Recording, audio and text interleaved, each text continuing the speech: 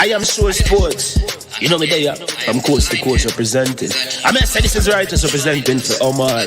You don't know, come get the sports over here from near and far. Boy. Me say I am sure sports, one thing me sure about. When me say sure, that me not doubt. Come get your sports, get it over here. Come subscribe, repost and share. I am sure sports, one thing me sure about. When me say sure, that me not doubt. Come get your sports, get it over here. Come subscribe, repost and share. If me not sure, that me not say it. Know who score, that me not say it. Never know no game play, that me not say it. If me never see no game, me no know who play. For your sports news, better come over here so. For your soccer news, then come over here so. If you don't love sports, still come over here so. For the day done, you are gonna love over your son.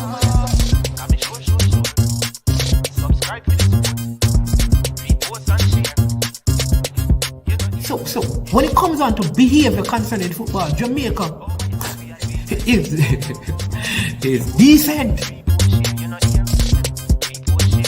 I am sure that if we can get all of these things done, set in place by the end of April, it gives us enough time before the World Cup campaign. Not afraid of no Brazil, no Argentina with these crapper players.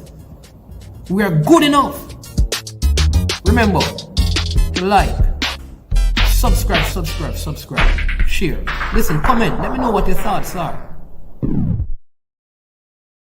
Trick Jerk Marinade gives your meats and vegetables authentic Jamaican jerk flavor. The spices are directly from Jamaica. Spices like jerk seasoning, allspice, Scotch bonnet pepper, fresh scallions, thyme, ginger, and garlic. The key ingredients to a great jerk marinade. 0% sugar and low in sodium. You want to try it? Made up of 18 Jamaican herbs and spices. Add delicious, bold flavor to your next grilling experience. Flavoring sauce, a marinade, basting, condiment, or topping. Trick Nick Jerk Barbecue Sauce.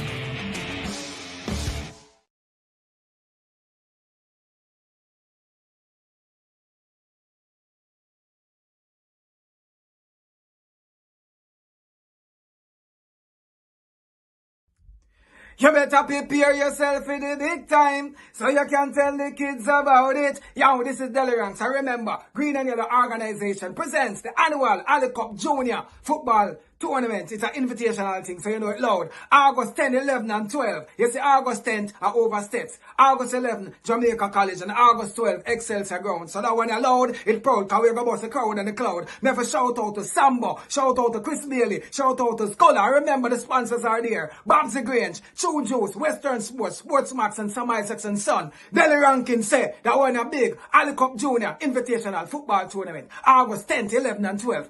Be there.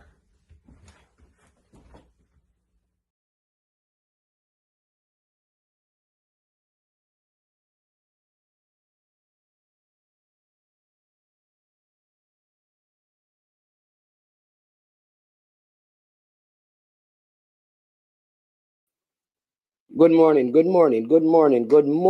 and welcome to I Am Sure Sports. This is Manny's Man, your host. How are you doing today? Hoping you're having a top morning. You're alive, so give thanks for life. And that life is abundant life because it is found in the Creator God, the one who made the heavens and the earth. He's a great God. He's the master of the whole universe. I want to encourage you. Maybe you have suffered defeat recently. You have lost something. You have lost someone, right? And I want to help you. I want to guide you. I want to give you some words of inspiration and encouragement.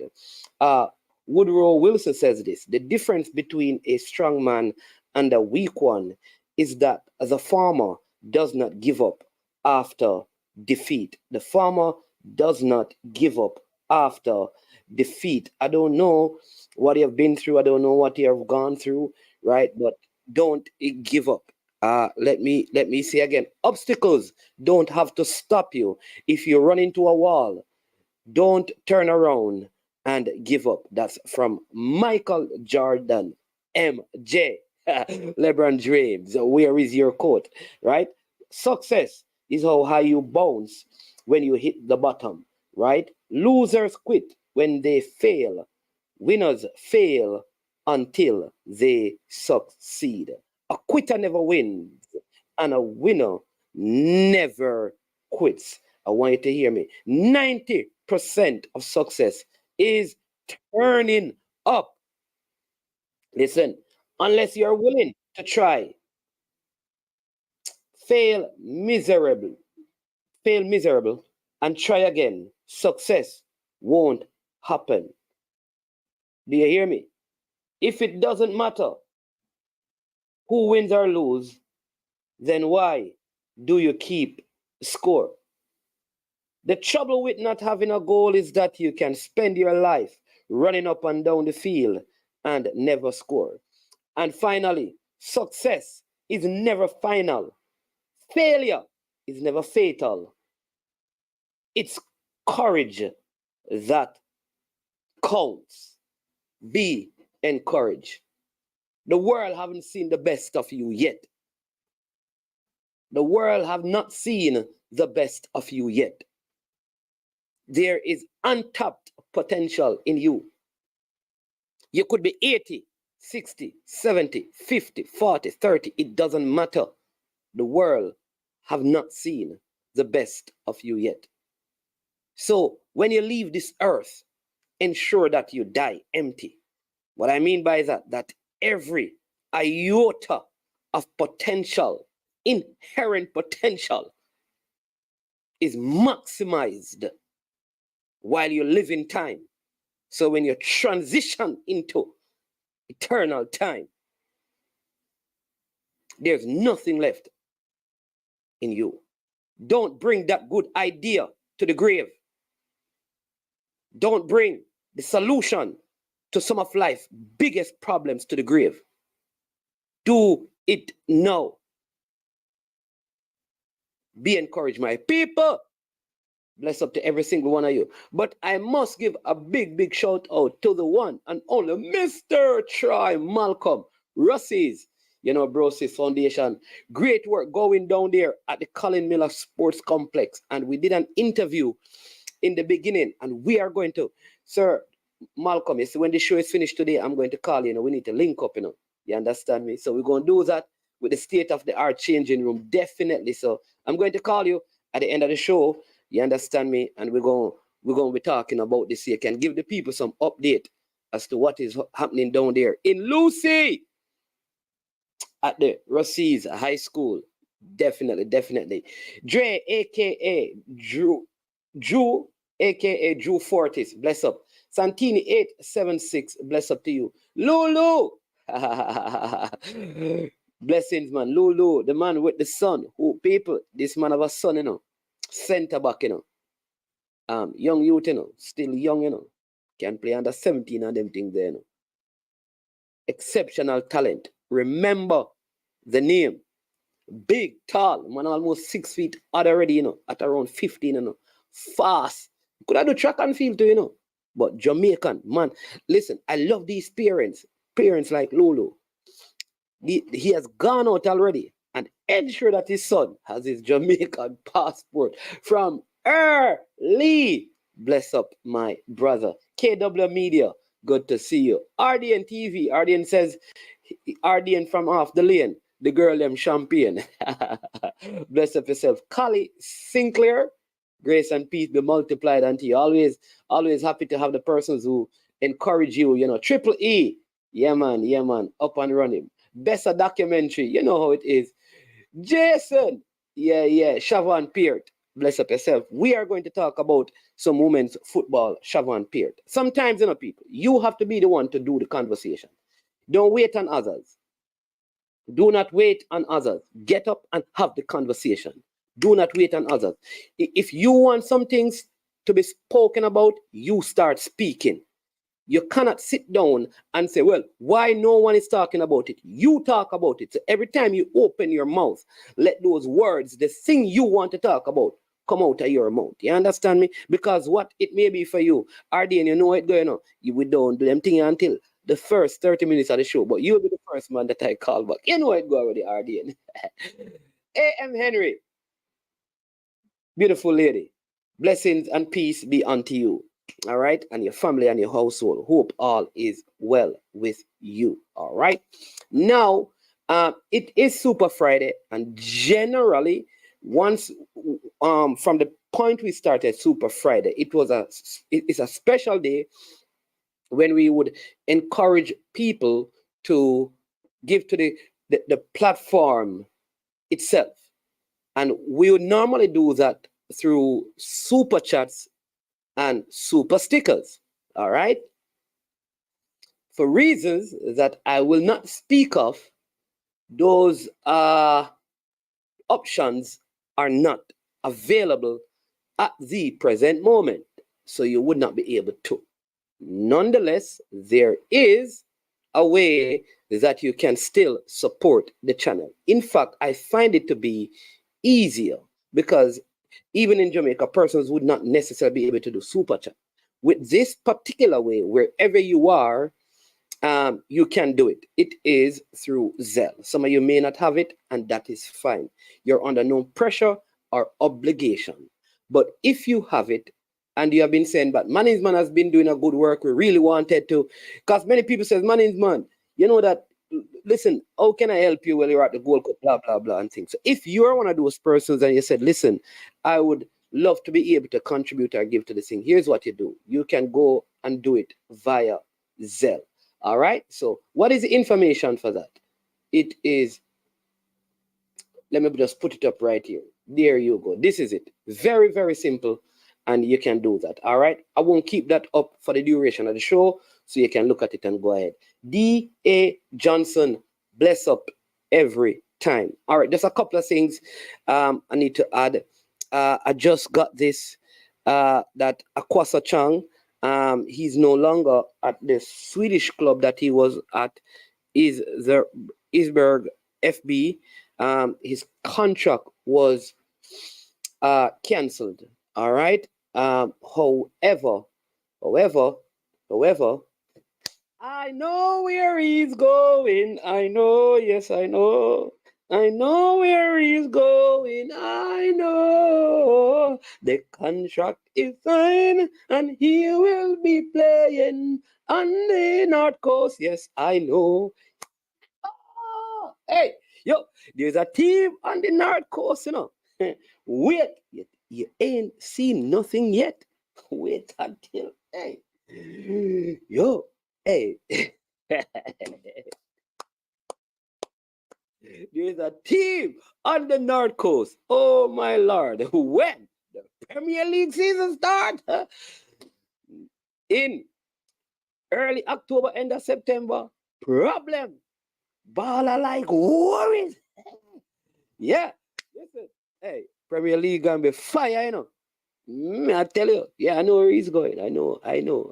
So Akwasa Chang will be the next stage in his journey will be somewhere on the north.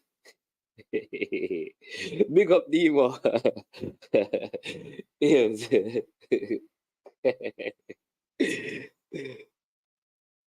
Listen that.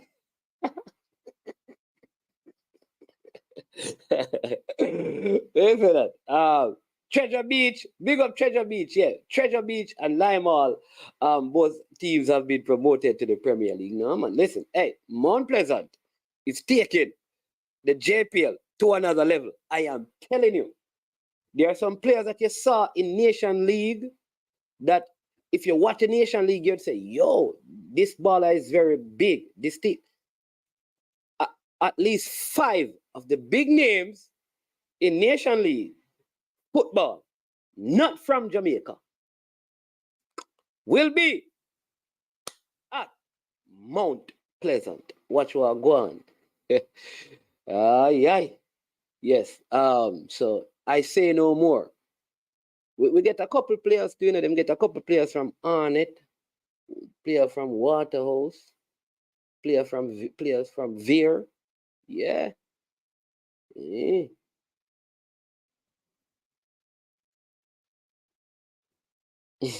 God bless you. Oh. What? I wonder if Ravel will come knock some ball for Mount Pleasant. Anybody can link Ravel for me? Link Ravel, no man. Hey, Of course. I wonder we can link Ravel. I wonder Ravel. Come give Mount Pleasant a season, man. Sure Nation League spot that in a play some ball, man. What DC United up here? Miss a goal. See if you can shout up Ravel for me then, man. Hey, Christopher Wright, don't ask me that. Shavard Peart, don't ask me that. Hey, Jason, this thing about if I talk, where wanna get that thing from? Everybody I hear saying it now. Where is it from? So we're just giving it that. Then I'm also if a Chucky Lazard Dima, don't wanna come and joke up my team, you know. Yeah, man. So Mount Pleasant is tapping into the Central American, Caribbean, South American market. Players from Dominican Republic, Nicaragua, Antigua, St. Kitts and the Nevis. You understand me? All over the place, man. Hey, this is what we want in the JPL. Oh, I thought it was from Mr. Porter. All this time I thought it was from Mr. Porter and Jason.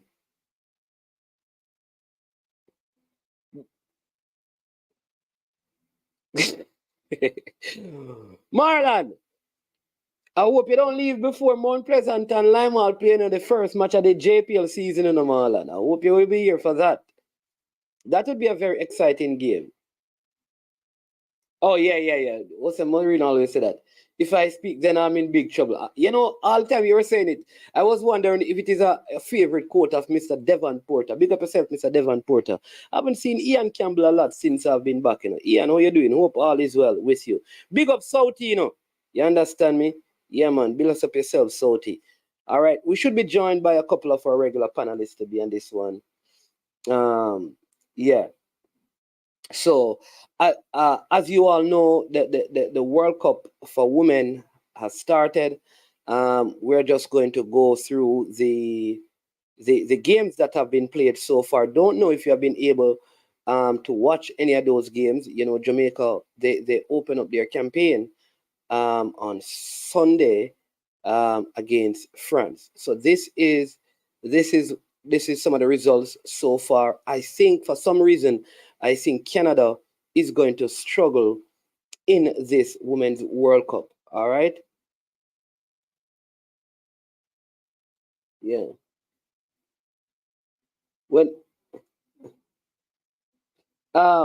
let me just take Callie Sinclair. Cataract hideout, man. Cataract here about baptize and Cataract just him stop come on the channel. You understand me? Cataract stop. Once Cataract hears about baptizing, him come off the channel. All right, people. RDN is calling back. So we're going to take RDN call and then we get back to the results of the World Cup. RDN, bless up yourself. Welcome to the show. Yeah, blessing man is man and respect man.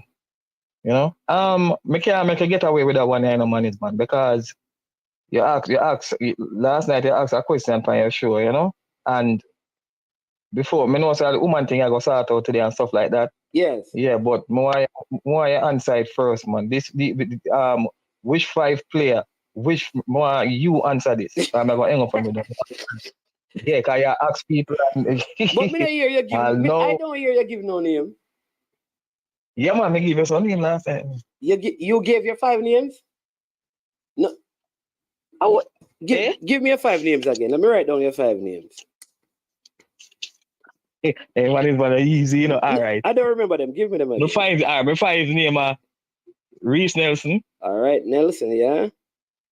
Yeah. Ben Godfrey, yeah. Mason Greenwood, yeah. Yeah. Allgate, yeah. Isaac Hayden. Hayden, okay. Yeah. All right. So that will be the 5. So you don't have Mitchell in yours. You don't have what's his name? Dwight McNeil. Right no, are you a 5 man?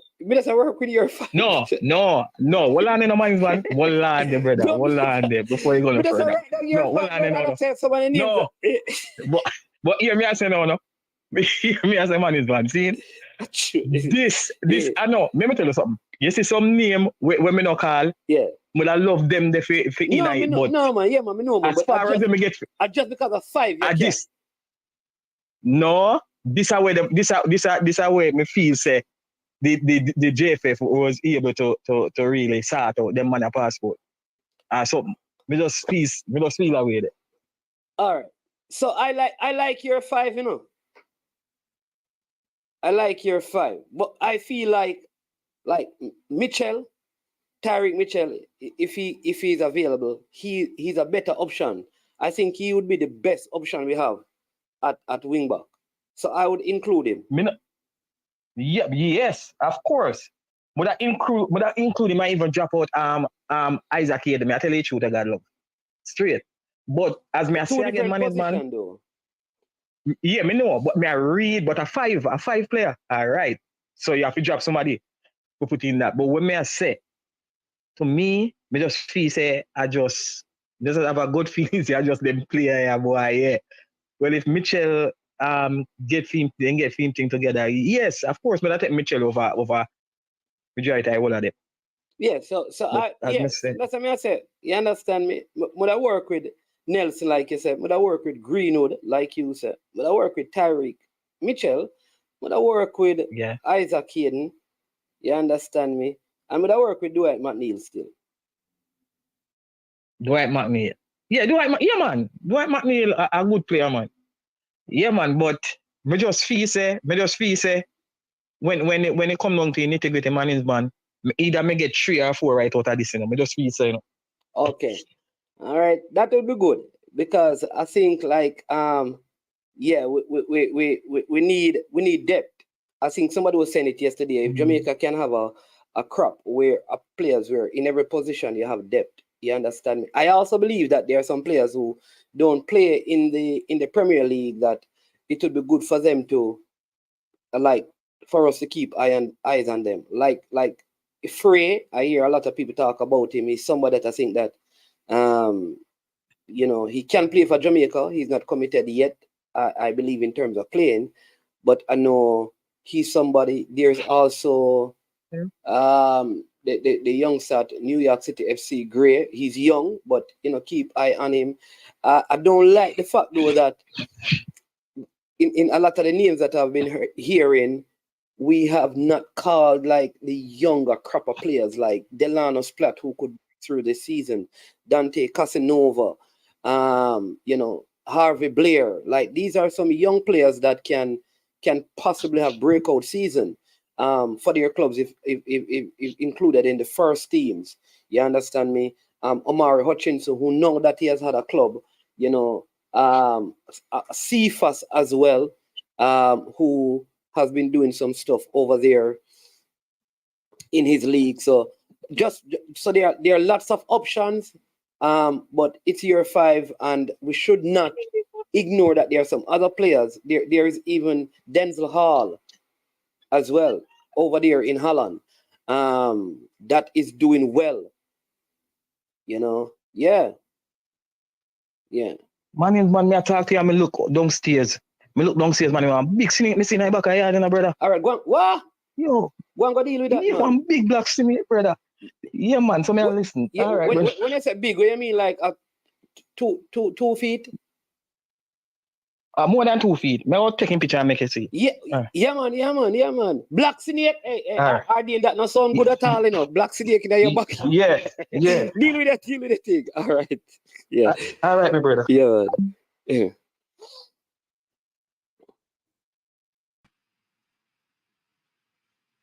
Yeah. All right. We have Cranky that has joined us. So, all right. Before I bring on Cranky, let me give you some of the results from the Women's World Cup. New Zealand 1, Norway 0. Australia 1, Republic of Ireland 0. Nigeria playing with 10. Women 0. Canada 0. All right. Those were yesterday's results. Today's result, the Philippines, though they thought they played well, they were defeated 2-0 by Switzerland. And listen, this Philippine team, so many of the players are players like from Canada, the US, from other places who they qualify because of their their mothers, fathers, stuff like that. So it's good to see that in the woman side of the sport, nations are even tapping into their population outside of their geographical space to get representation. Spain defeated Costa Rica by 3-0, and later today the USA will play Vietnam. What a game that will be, right? So please remember, Jamaica opens their campaign at the weekend when they play against none other than the mighty France, right? Also want to big up the Red Brigade, as I see Donovan Downer, Boys Town, because Boys Town, they will play in the Tier 2 next season because they won the league, the Champions League in Kasafa, and JDF will be playing in the Champions League because they won the Major League. They defeated Olympic Gardens. Boys Town defeated Constant Spring, son of Kirk Porter, scoring 2 goals in that one. Shamar Nicholson was there, did a very excellent interview as well. Big up, Bowser. You understand me? Yeah, man. So Stan Cranky is here. We're going to have a discussion. So let's bring in Stan Cranky. There you go. I like your background, man. I mean, you're improving. Look like you're a pro on this now. Yes, I am improving. I'm learning the ropes. And you're a teacher, so I'm learning from the master. One thing, though, the people have been saying that, like, I am up high and you are down low. So they are saying that you need to elevate. You need No, to, I think it's good to be humble. I'll stay down low. Everybody always try to get to the top. No, I'm comfortable. I'm comfortable where I am. I don't need yes, to, everybody wants to get higher. You're comfortable at the bottom. Yeah, I'm comfortable at the bottom. Yeah, you have to be careful now. You know, Jamaica is where these guys are. You see, I'm not Jamaican sometimes. When it comes to certain things, I refuse to have that label. I can always refer to something else. Yeah, I have that flexibility management, and I love it. I know how to get carried away with these things. Yeah, I see here. And for the Boys Town team, it was Hardware. What's his name? Hardware father, who was actually coaching the team, or his uncle. I say, yeah, big up. Oh, Cali Sinclair's a big up Boys Town, my favorite team of the 80s with the late Ron Palmer. Marlon Nelson, bless up yourself, says Mitchell Godfrey Baker, Nelson Edwards, Hall, Mason, Borstow, Ellis Sims. You're supposed to drop 5. Why Marlon? 5. But Cranky, we're having this discussion yesterday. I know you're on the road, and you had to sing a Shaggy when you saw the police approach. I thought I got caught actually in a command. I was doing 65 in a 40 zone. And as I passed the copy, put on his light, and I was like, oh no. But I tried not to get tickets. But it wasn't me. He was pulling somebody else. So I got over it. Okay. All right. So that's good. But the discussion today, 2 things I want to speak about, right? We can always go back to what we're talking about yesterday about who are your 5. And I being at the Gold Cup, I observe certain things. I observe nations who, for example, Guatemala is one of those nations I observed. They did not, or they have not been doing as well as Jamaica, footballing wise. Don't have as many what you'd call star name players as Jamaica does. But yet they were able to have most of their games packed. They had large turnout. Oftentimes I hear the Jamaican fans saying that if the team is playing good, then people come out and watch them. But even when Guatemala and El Salvador and Honduras, when those teams are not doing well, they still generate lots and lots of support. So my question is, do the Jamaican fans just chat a whole lot? But when it really come down to it, we don't support the football with attendance. Because every time we talk about Jamaica's football and supporting it from a attendance thing, we go back to 1998 about how the stadium was packed. And since 1998, the team has made some progress in some areas. You have the inclusion of more players from overseas, one, and you also have 2 Gold Cup final appearance. In that, you also have a semi-final berth, a quarter-final, right? You have winning the Caribbean Cup, right? So, is it do we really support football? Because, and I'm asking this, Cranky, because I believe at a domestic level, that is important to support the football because the fan support is a part of improving the quality of play because people know that there are people now out there watching and people are going to criticize, people are coming out to the game. So they have a reason to impress and to play even better because the crowd support, the fan base and all of that. At the domestic level, in terms of the club level football and also at the senior level, the national team. And so yesterday I had some conversations, and I'm giving you all so you can think about this with persons who work in football administration.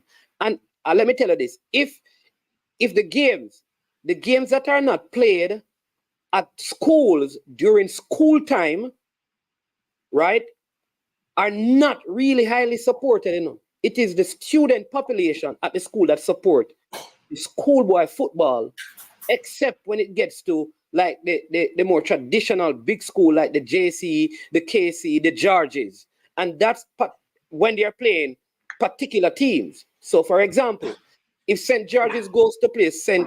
Mary's College, it's not a big crowd that turns up to watch the game. But if George's and KC is playing, then you have a big crowd support. So what needs to happen, Cranky, when you consider that whole perspective? Management, you're asking a complex question in the management. A very complex question. Even though on the surface it seems very simplistic, it's not, right? So think about Jamaica and how Jamaican fans support. I think when you're winning, and people call some fans buggerness, you get more support. But as you said, even instances where the team has done well, even the Gold Cup, you haven't got the level of support expected given this performance. So we have to separate Latin and South America from, say, the Caribbean per se, in terms of football support, right? It's a religion there. There's not much other sports that are there people get excited about. We have more variety. But if I was to think about how the Caribbean supports like the Premier League, for example, maybe not in terms of monetarily, but in terms of interest, there's a lot of support for quality and exceptional quality, right? But I'm not sure we have built the affiliation between the national team and the fan base. And it's not unique to us, by the way. And I've had the quality to garner what I call sustained support. I still think it's a complex question because one could ask a question, which is, as you said, if Guatemala is not doing well, Honduras not doing well, El Salvador not doing well, they still seem to pull out fans, and fans who may not have as much resources as the Caribbean does actually. Or especially for diaspora community where we know the Jamaicans and the Trinidad of the world probably have more resources than the Guatemalans and the El Salvadorans of the world. And yet we don't support the football enough. We don't travel to support the football. So I think you have to break it into different components, which is, has a national team and the JFF done enough to garner that support? Has a team participate well enough to garner that support? Do we really love football in the Caribbean, even though we seem to espouse that view that we do? Because when you love something, the management, you're going to go to the ends of the earth for it. You're going to do it peripherally, on the periphery, or tangentially. You're going to be really involved in it, in all aspects of it. So do we really, really love it, or do we really like it, but we love our club teams or the international club teams we support? Because I can tell the management, even in the UK, there are people who don't care about England national team, but they love their Arsenal, love their Man U. Right? So the national team is a different nature of the support for the national team versus I grew up with my school. I went to Russie's, I went to Manning's from first form. I know them from I was in the 3rd grade, and I went to that school if I wanted to go to. I was involved when they're doing track and football and cricket and everything about it. I have friends. It's almost like a gathering. When you go to Penn Relays, for example, Manning's band, it's many Jamaicans at the Penn Relays, If they sold out, it's 95% Jamaicans. The Americans are just there to attend. They're not really supported. So it's a much more complex. I'm not answering the question because I don't have the answer, frankly. Yeah, because if the high schools were taken out of the Penn Relays, you think the support would be the same for the senior athletes? You probably have 120 the attendance. Right. Only aficionados of track and field who really like love track and field. It would be nothing close to what we do. Trust me, when you go to Federalism Management, you go on the turnpike, you know. It's all Jamaican cars or West Indian cars. Mainly Jamaicans, not even West Indian, mainly Jamaicans. The Jamaican event. It's football culture for sure, but the Gold Cup location didn't help. Then Dre says, I say no, I'm not buying that, Management. Geographical location of our matches. And then he says, Management nonsense. So I went to the Gold Cup in 2021, whatever it was, when we had COVID. Yeah, in Orlando. And it was in Orlando, Management. How many Jamaicans turned up for those games? But that's what I'm saying. People keep talking. The ones who I saw were like the Freddie Butler, the Errols, who you see still in Chicago. They're like diehard fans who go anywhere the team is playing. I had friends who I played football with, Management, who lived like in South Florida. They didn't know Jamaica was playing. I called them up and said, you come to the game? They're like, what game? So that tells you that it has been promoted well. Okay. And we have created the affiliation between the national team and the diaspora community for them to go support the team. That's part of the issue. All right, so look what Demo is saying here now, because is it that we don't love football really? Because I know persons now who did not get a ticket to go to any of the Gold Cup games, but before the Gold Cup, when Arsenal preseason tour was done, they started putting aside money to go to New York to watch this game because they wanted to watch Arsenal. Now, Arsenal has not really had much success in recent years. But still, people buy all the Arsenal jerseys and they're willing to travel from the said Jamaica to watch a preseason game, but would not travel from the said Jamaica to watch a competitive game with names like Mikel Antonio, Demarai Gray, the Ethan Pinnock, the Andre Blake, the Leon Baileys, the Whispers, and we could go on. No, they may not be mega stars like Bukayo Saka and Martin Odegaard and whomever else, and the Bruno Fernandes and stuff. But I don't know, like, what is the disconnect? So, Management, sorry. So, Management, I live in the US. I don't watch the MLS games, but I watch Premier League religiously. Right? I watch Premier League religiously. So it just tells you something, which is the EPL plays almost all year round. Probably take 2 months off. You build up affiliations with the players in the EPL or with your team. It's constantly on your TV. As I've always said, national teams are pickup teams in the Management. They come together on a certain window, play, and they disperse, right? While my EPL team is there constant. It's like my high school team. At my high school, it's a constant interaction. It's a frequency of interaction that allows for that association. So it's we can't do a compare and contrast with, they say, your team that you support, your club team, which is a global team, and my national team, or even my local teams. There are people like me in the US, you would expect me to look at MLS games. I don't watch any MLS games. And I have Apple TV, by the way, so the games are free for me to watch. I don't think I've watched an MLS game in years. But every weekend I'm watching EPL games. First of all, it's about quality. And second, about that I have affiliation with a team for years. And that's part of my DNA almost. Yeah. Christopher Wright says something important. He said, as I said, look at New York Jets and other New York teams, like the Yankees and the Knicks. The New York Knicks have not won a title in umpteen years, but still yet, Madison Square Garden still has a big crowd, and the Knicks have a major following. Like, so first of all, Management, it's entertainment. So New York, there's oversubscription for tickets in New York to go to the Knicks game. That's one. And second of all, I'm a Knicks fan, and we are once in 73, and I would agree with that because there's an association with the team because they in my face 24/7 Management. First of all, when they're losing really bad, I don't watch them that much. I will admit, I'm a fair weather fan when it comes to the Knicks. Arsenal, I watch them 24/7. Win or lose. I don't want the Knicks as much as I watch Arsenal, but I'm a Knicks fan and I watched them this year because they were winning. But your national team is different, man. The JFF, I think, and it's not all about the JFF, because the fans can critique the JFF for everything and then don't support the team when there's a need to support the team. But it's on both sides. The JFF do a better job of JFF is selling a product. How do you sell your product, man? Do you sell your product well? Or do you just let your product just run and you're not supporting the product? You have to be able to sell the product. And then the fans have to buy the product. Yeah. And some of the fans are saying, I don't want this product because it's not good enough. You know what is funny, Cranky? Let me tell you this. You know that even with the jerseys, right? Look how the jerseys have been promoted, especially the yellow with the green stripes.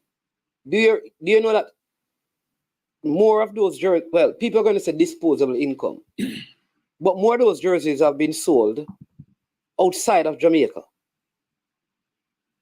Yeah, because sometimes Jamaica have a tendency to want things free, you know, man. We love freeness and all. Here's why I raise up that. Because the people who are buying the jerseys are still supporting the team, even though the team has not won anything.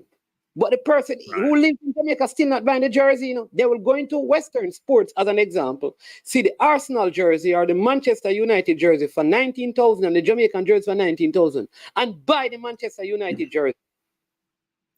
Because we haven't done the best job of linking the persons with the national team. So it's not every person who buys an Arsenal jersey, Arsenal fan, is a total fan of the national team. They may be a peripheral fan, or they are a true fan. Do they follow everything the team does? Do they know all the players? Do they know all the managers? Do they follow their history? Are they that involved? We know everything about Arsenal management, everything. Who we buy, how much money we spend, where we play, where we don't play. I tried to get an Arsenal ticket a month ago to watch them at Giants Stadium. It was, for where I wanted to sit, it was like $500 for a preseason game. I said, no, I'm not doing that. I went to Orlando to watch them last time they were here last year. I'm like, why I pay $500 for a preseason game? Are you out here, man? When I go to the games at the Emirates, I'm paying like £80. I'm not going to pay £80 at the Emirates and pay $500 to watch a real game. I'm paying $500 for a preseason game. But there's an affiliation, the management, which is hard then to, it's hard to decipher why. Oh, you don't have that for your national, what I'm saying.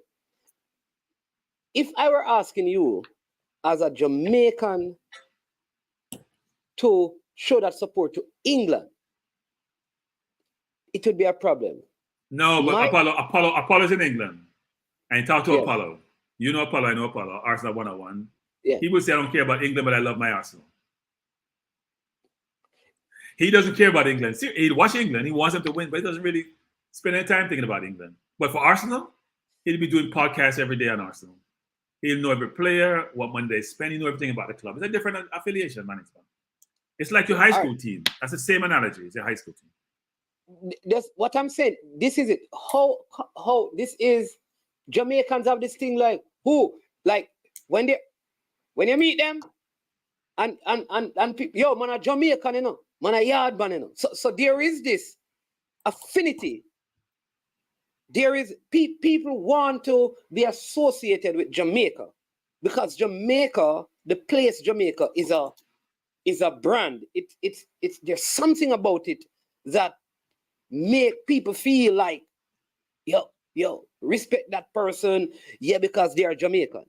So a lot of Jamaicans, yard and abroad, uses that, but still yet we don't support our sporting franchise. But we'll tell you that, we love Jamaica. No, we're not better than yard, but we still don't buy the sporting merchandise. We don't even want to wear. What I'm saying that, why not just buy the jersey then as a Jamaican?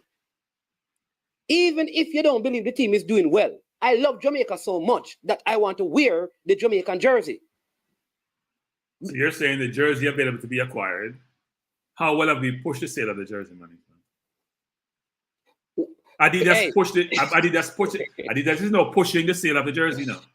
Because I went to 42nd Street and 45th Street and I bought the jersey easily. Last year I couldn't get a jersey when I went to go look for the Umbro jersey. This year it was easy. I went there, they had multiple sizes. Last year I couldn't find one. I went on Amazon, they had a sale jersey. You know what is funny though?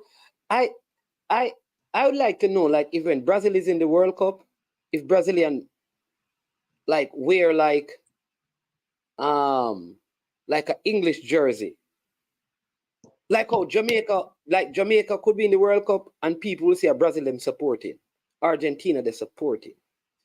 Like I think there's something in the psyche of the Jamaican people. Right. Like though we say we love Jamaica, I don't think our appreciation of the place Jamaica is deeply embedded in our hearts. We are very fickle. So something good has to happen for us to get on board. Like if there's no big thing, which is what people call the wagonist idea. If there's no big thing, we're not too much into it. Like, you know, like if the person on the next CNN, NBC says, hey, I was born in Jamaica, we start appreciating them because they're in a big position. We kind of have that thing where we're not die-hearted in anything concerning Jamaica. Like if you get the opportunity to leave, you're gone. You're gone. Man, is it that we support excellence and we don't tolerate mediocrity? No, I mean, be fair, right? Think about it. We're just big enough, man. We're just big enough. We're just big. We don't have it. We're just big. So I think it's part of the excellence supporting, right? I don't think it's just because people are not nationalists or they're not patriotic. I think to the contrary, I think they are. Jamaica. But I don't think people are being given the reason, Mannings, man. Have we given them a reason to feel that sense of loyalty? Has the JFF given the fans a reason to feel that sense of loyalty? All right. And to provide that support? Because, what we used to talk about 2 years ago, corruption, right? That was all you heard. That narrative is changing somewhat for whatever reason. So people that are going to support something management they think is corrupt. By the way, I'm not saying anyone is corrupt. So nobody said Frankie said the JFF corrupt. That's not what I'm saying. I'm saying that was a narrative in these forums on YouTube about the corruption they believe in various institutions in Jamaica, including the JFF. All right. So let me but that narrative, you don't hear that as much anymore, management, because when you're winning and when things are changing in a positive direction, that gets overridden or superseded by the excellence that's coming aboard, right? I hear it. This one says, management, as someone who has been inside the Central American countries, football is everything to El Salvador, Guatemala, Honduras, Costa Rica. Baseball is the main sport in Panama and Nicaragua. So I don't believe that football is this embedded in the Jamaican populace. I think we just love sport. And so I don't think we really love football. There are few Jamaicans who really like Demo. I don't think Demo really love football. Demo loves sports. So because Demo still watch West Indies cricket, you know. So I think he just loves sport in general. But you know what? You know what, Demo? I must not beat you about cricket because you know what? You grew up in an era where you don't know what success looks like for cricket. If you grew up in an era where West Indies were dominant, then you cannot accept mediocrity. If you grew up where they were just okay and now getting from okay to being poor, then it may be something that you can't fully appreciate. You want to say, "Oh, what a low blow!" Demo, you love cricket. Yep, you played cricket, so right. But so Cranky, if it is right, if it is that people love winners, like Robbie at AFTV has bought all the Jamaican merchandise, and he wears them. Samuel L. Jackson, what's his name? Jay-Z wears the Jamaican merchandise. I'm gonna stop you there, man. I'm gonna stop you there. Yeah. Familiarity breeds contempt. You know, if you go to school, like, say you go to Mannings, for example. Somebody wants to get into Mannings, can't get into the Mannings school. We're just a Cranky. Say I familiarity breeds contempt. No, we're saying if I'm used to something, it's part of me. I don't value it as much as somebody who's from the outside seeing it. No, but I'm going to let you finish. But I want you to correct what I said. Say you went to Mannings, for example. You can't say that to Mannings, man. No, not talking about you. I'm saying the you is not you, Mannings, man, Omar. The you is just a generalized you. Say somebody went to Manning's, right? Yeah. And Manning's a school they value because they grew up in Westmoreland. But they never get a chance to attend Manning's. They have to go to Froome, for example. But Manning's what they put on a pedestal, right? And then they get a chance to get a Manning's jersey. They're going to value more than you went to Manning's. You know how Manning's work. You don't have the same feeling about it, Manning's. Familiarity breeds contempt. So I'll give you an example. My son, for example, I was with him for the last 2 weeks in Atlanta. And he was talking pure patois. And the boy's only been to Jamaica about 5 or 6 times. So, but he's a pro-Jamaican. You can't tell him nothing about Jamaica, man. Listen to the music. Him sing the music, him listen to the music. That's the food that he eats. So if you grew up overseas, man, especially in an environment where your demographics is not maybe as welcome, like Robbie them in England, and their parents are Jamaican, that's all they focus on. They love and the island, by the way, has made them proud in a lot of instances, whether it's through its music, whether it's through its sports, whether it's through its accomplishment.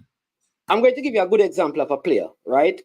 And this is what the player said. So, at the end of the tournament, like the players, like they get their training stuff, right? So I was there when Mikael came, and Mikael, the man, he was so excited. He was saying, like, listen, so he came to collect all his stuff, jerseys and stuff that he played in, because he's saying that, listen, I want to make sure that none of mine are misplaced, because I want to get mine, because when I go back, he was talking about how he's going to wear it every day, because just the colors, the Jamaicanness of the thing, right? Marky is a player, so there's a different level for players. I think like more of us need to get to that place where even if my team is not doing well, I am a Jamaican. Well, man, I don't have to be put out. No, management. I don't see what you're talking about, because here's the point, management. You born in Jamaica, you're a Jamaican. It's part of your everydness. If someone's born in England, for example, come to Jamaica once every 4 or 5 years. There's a different management of need to connect, There's a different need to connect.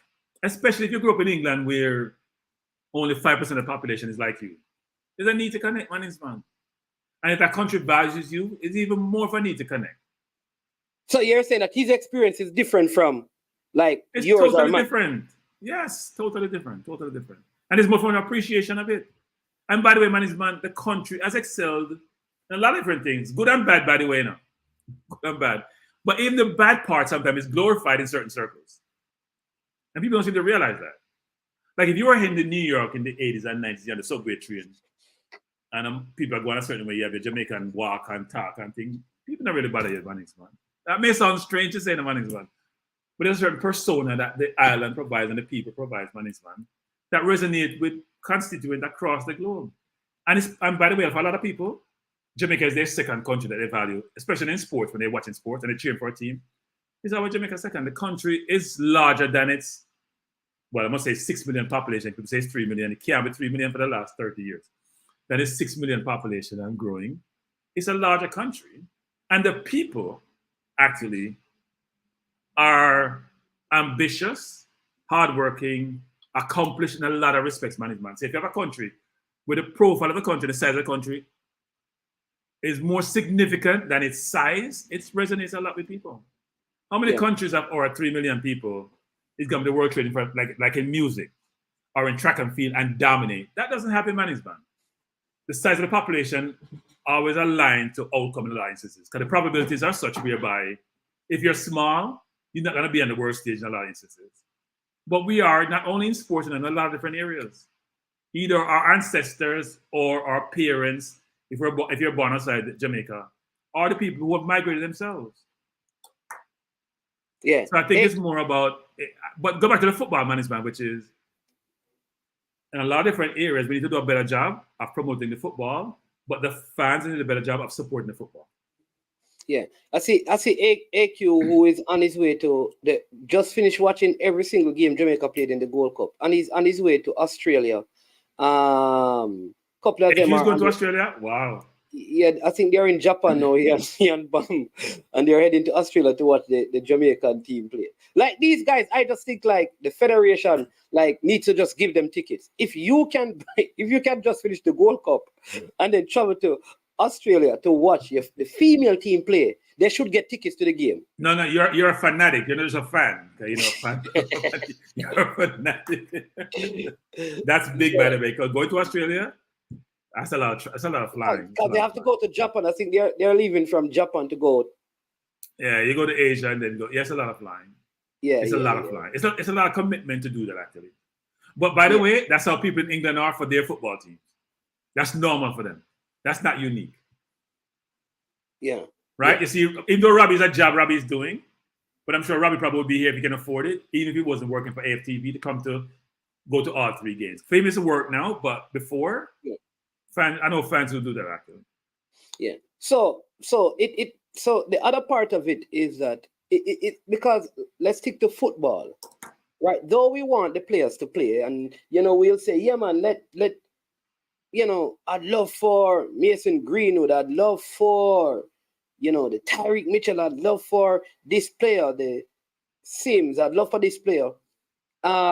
You'd think like, okay, seeing that many people are saying that, want Gray to be here, that will be getting jerseys and having Gray in the back of it. When there's a new signing at a club, how people go out, like Balogun, like as you watch the Arsenal thing, what the people are saying that, man, the people in America, they love Balogun so much, and they're I mean, it's like he's a star there, and this guy has only played 1 game for the USA, and everyone is getting their jerseys and all of that. All right, getting Balogun jersey. I'm like, you'd want to believe like people are getting, shirts and putting Antonio in it, and with Man. Yeah. Man. We are an arrogant group, we also an arrogant group, man. We're not chasing no jersey. Not chasing nobody jersey and signature. This is a different culture in the US and the UK, for example, when it comes to their stars and chasing signatures and buying jerseys. They're different affiliations, man. The comparative for Jamaicans is a little bit different, I think. I don't know of too many friends I have who are chasing somebody to get their signature or to get their jersey. In fact, I don't know none of my friends who have done that. Even though they may love football, are we fans? They don't think that way. What are we then? What is the general definition? Or what of? Because if Usain Bolt start losing, we cuss him. I mean, people are already having all kind of things to say, like about Elaine. What are we then? Well, no. If you're not doing well, you're gonna get criticism, man. Come on. In any sport, if you've been excellent, you're not doing well. Just like how Blake get criticism too. Blake get criticism also because he has performed since he's done, and he must keep competing with both. You're gonna get criticism. It's part of the whole equation. But it doesn't take away from your accomplishments. I think when you're on top, you get real good support. When you're not, it won't be at the same level, no matter where you play and what you do. And it's not unique to Jamaica, by the way. Because I'm sure you're not supporting Mustafi, and I'm sure you're not supporting Ozil, but they're no longer part of Arsenal. Fine. All right. Fine. All right. I hear that. But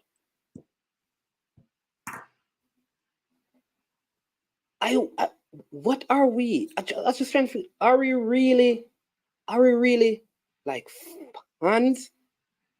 Or do we support? We're not fanatics, man, like AQ. We're not. AQ's a fanatic. AQ went to all 5 World Cup games and he's going to Australia. That's fanatic, man. A lot of fans, I would say Guatemalans are fanatic for their football team, the national team. Hondurans, Argentinians, Brazilians. I don't think we're fanatics. I'm going to call it moderate fans and sometimes peripheral fans. But we're not fans who would go move. We won't sell our car to pay for a ticket to go watch the finals of the Gold Cup. Some people in some countries will do that. Come back, They don't have a car, but they feel good about supporting their team. Yeah. I hear. You're right, Christopher, right. You know me. I this is just my personal conviction. I would not buy a jersey with someone else's name on it because it's my jersey. So that's just me. But I don't have a problem with people signing a jersey that I bought. But if I'm going to buy a jersey to wear, I don't necessarily want to see Saka name in it or Bailey name in it because that's not my name. It's my jersey. So I would put my name in it, but the person can sign it. That's just all. Our name.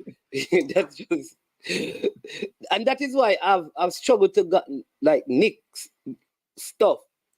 Because I remember like Charlie Ward and Chris and Childs and the Larry Johnson and that Houston, all of those guys. I refuse to get any New York Knicks stuff because, or Spreewell, because all of them had like names in it, or you get a blank one. And I just said, like, that's not my style.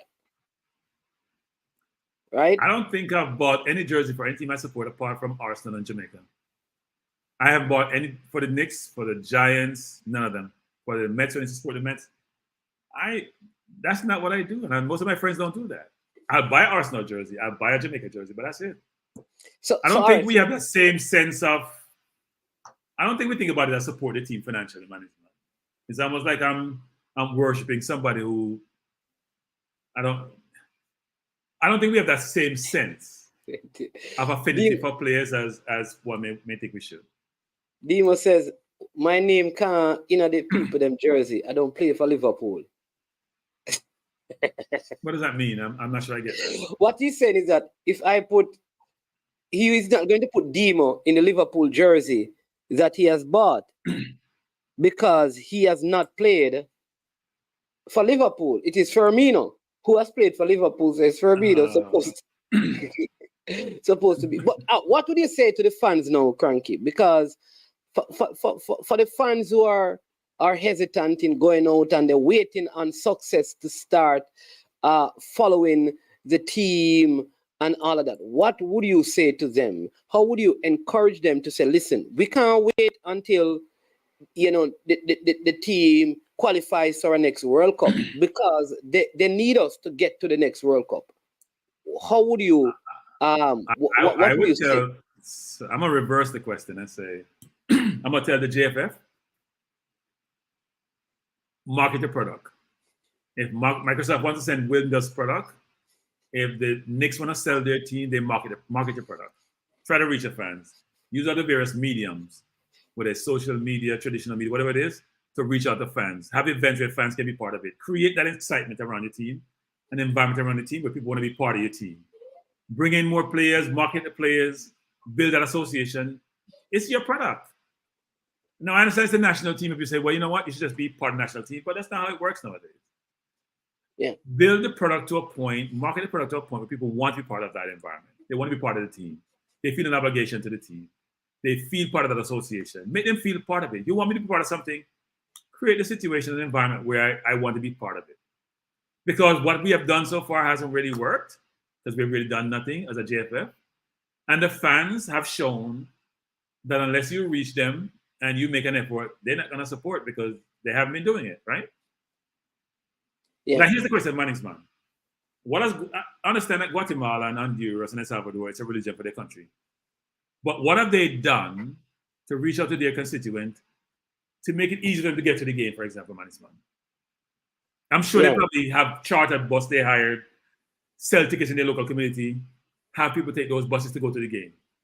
I'm sure they all didn't fly to the game, right? So what are we doing we have a product to market the product? Is that the fan base though? The fan base, the supporters coming together and organizing those things. For example, Cranky, back in the days I used to go to Jamaica matches, and man used to bring a little pot cover and start knock it to make some noise. And people tell him, say, yo, move from beside me with the noise and see me I watch the game.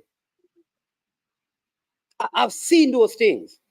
So the point I'm making is that we have to, the fans or the supporters, whatever I want to call them, have to, because we don't like noise in the stadium. We want to watch the game in peace and quiet in a stadium, especially if it's a 0-0 game or the team is down. When really we should be making a lot of noise. So yeah. Success breeds loyalty to the management. So I have a colleague, a friend of mine who he goes to every single, I mentioned before, Carifa games, every single champs. When we went to France in 98, he went to 98 to watch the Reggae Boys play in France. And went to Jamaica to watch the game. But I don't think he has been to a Jamaica game in years, man. Yeah. Because he's had a lost interest over the years, right? So how do you create that interest? You have to create interest in the management. Come in to the fans. Which fans are we talking about? The ones who are here who love the football and talk about 24/7? Or you trying to reach some fans when that has... Yeah. What I want to ask you is this. Do the people who are selecting teams and talking, do they really love talking about football, but they don't really support it? No, look, management, they may support it, but there's an extra effort. Say, for example, I'm in New York. To go to Ohio takes an extra effort. Yeah. Right? Will I can watch it on TV to management on TV. That's why in England, it's a show games on management. They didn't show 3 o'clock games on TV in England because they want people to watch the game, right? They want people to go to the games. And they did that here in the NFL for a while. So will I make that extra commitment, that sacrifice to go to the game? Am I that committed to it? Or am I just a moderate fan? How do I create that commitment and that loyalty and that affiliation, management? So I may want to get up and take a day off from work to go to a game in Cincinnati, for example, from New York, which is 9 hour way driving and a few hours by plane. How do I create that situation? I may love the team in the management, but I can be in my living room and watch the game and at the same time get to work the next day. That works. Yeah, I hear you, but I'm just thinking about like the Gold Cup, right? So this is Vegas. The semifinals were in Vegas. No, the Mexican fans knew that they needed to turn up at the semifinals to give their team that extra edge to get them into the finals.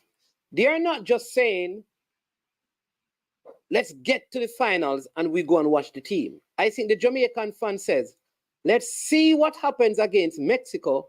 And if we get to the finals, then I will make an effort to go to the finals.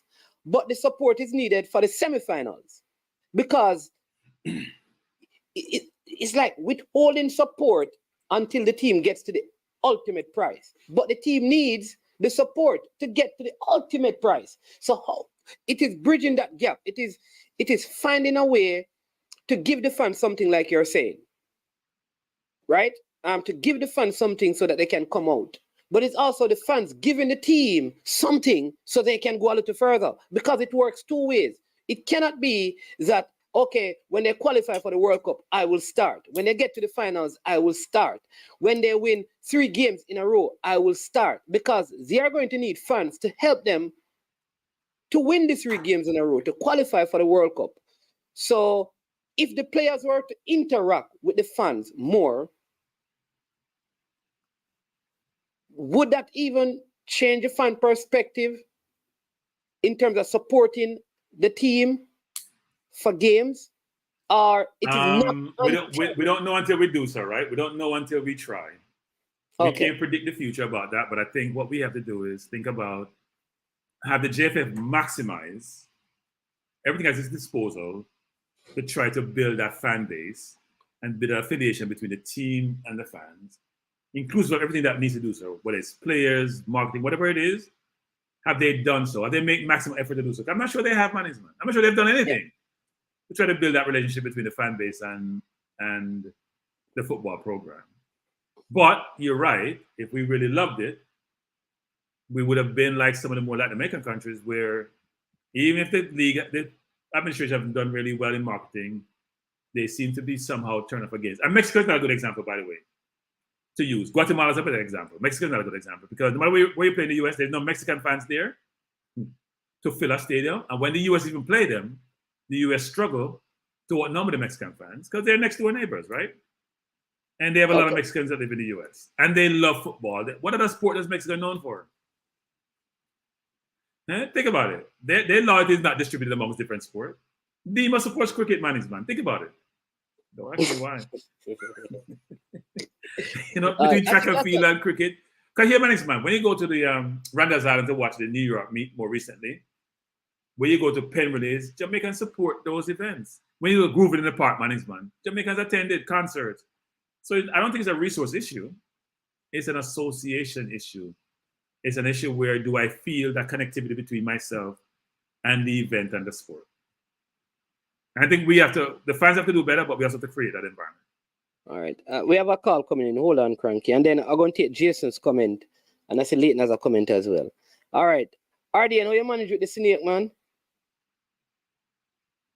Yeah, bless up, bro. You know, say honestly, bro, you see, by the time if you go downstairs and call a lady and you see me growing at the back, brother. I don't know whether snake turning up, brother. And if snake about maybe about 4 feet, you know. Yeah? Yeah. Whoa. I mean, I understand how he moves so fast, brother. Whoa. I'm not understand how he moves so fast. But she said she see him already now, and she tell other people, say, and she say it disappears so quick. And them I say, well, she never see anything or something like that. But yo, me see it for myself now. And by the time I go downstairs and go around the back, I wonder if I'm gone up in the lookout. You know when you have that lookout black pipe ground where the water run through from off of the roof. Oh yeah. Him didn't near that. By the time I go down there, I don't see him so boy.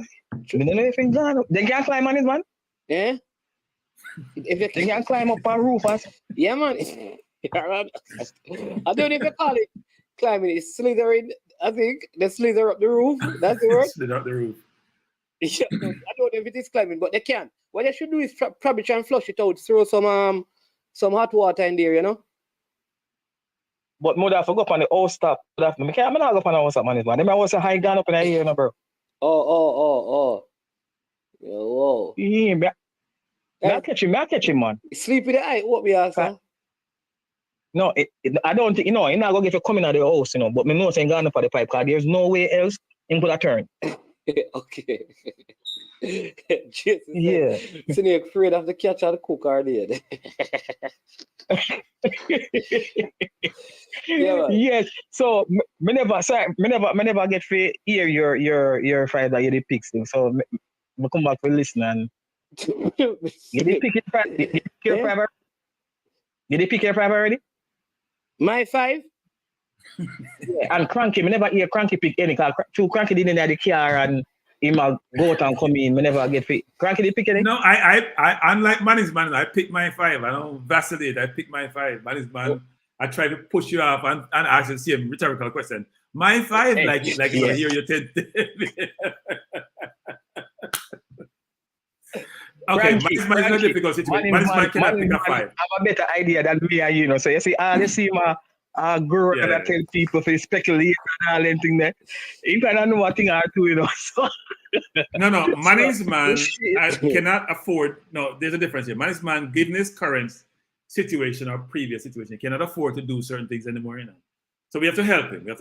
Yeah. If we have him bow if he agrees. We have him bow if he agrees. He can't say anything. Just bow if he agrees.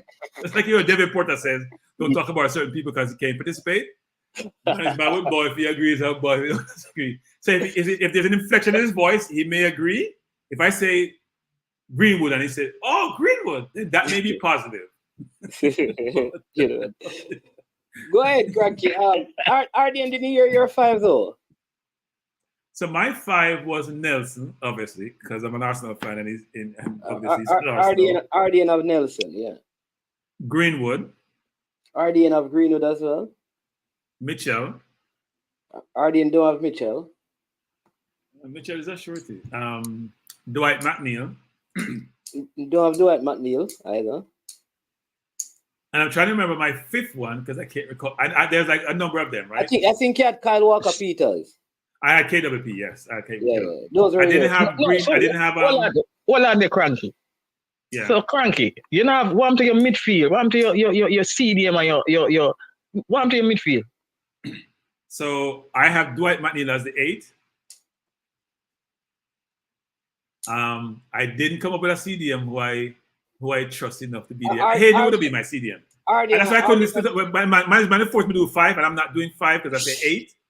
I had Hayden, I had Baker, I had Johnson from West Ham.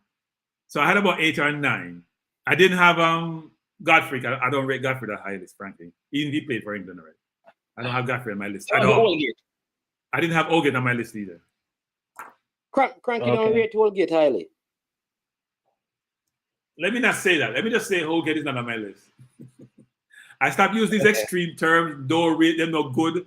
I'm trying to manage what I say and use more euphemism to say, if you can't make my team, that means I think I have enough players who can replace you. No, granted, if you think about our team, Holgate could come in, give some of the players we have in the team now. But the need that we have, I think KWP can play midfield and play right back. I think Dwight McNeil can play wing or play the 8. I think Hayden will be a decent CDM, to be fair. I think Nelson can play either wing easily. I could even think about, I think we should, I said this numerous times, guys. Our management said yesterday, we have wingers galore. can some of those wingers be thought about as an 8? Are we trying those wingers in the 8 position? Not as a 6, but an 8. Or a 10 with a gray. Because if you have the players, but they don't fit into where they traditionally play, but you want them on the field, and you don't have anybody better than them to put in a position, then rethink, be creative. Just like you see Pep Pep doing, Arteta following him, which is playing a right back as a midfielder. Inverted midfielder. Doing things different, inverted. Yeah, you gotta be much more creative. Football is very archaic and not an inventive sport. Yeah, but do you have that same flexibility with a national team that doesn't meet to play as regularly as a club team? Man, you guys tell me they have training, right? They try them in training. Does it look well? Yeah, but because you know what, man is man? Okay. Except for the Gold Cup, we have a very long time to train and prepare now. You don't really get that sort of break except for tournament. Generally, you get like 2 days before your game in the Nations League. Yeah. So it's a little bit, unless you're going to have them like for 7-8 games consistently, then you can start out and, it takes some time. Go ahead. So, man, I play a full game in training, 90 minutes. So we have 2 teams, right? You have 23 players. And I put you in the 8 to run. I see how you run the 8. How do you look running the 8 if you're Dwight McNeil? Who I think plays a pseudo 8 in some respects for Everton.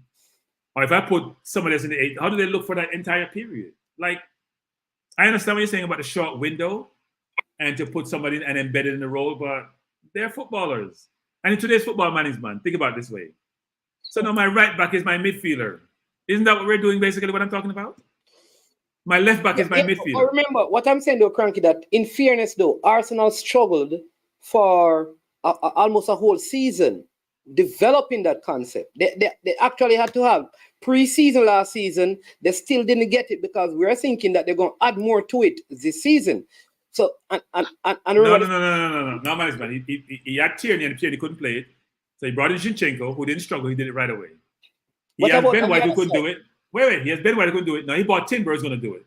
People don't seem to realize this. He bought Timber going to replace Ben White. And he replaced him before mid-season. Mark my word.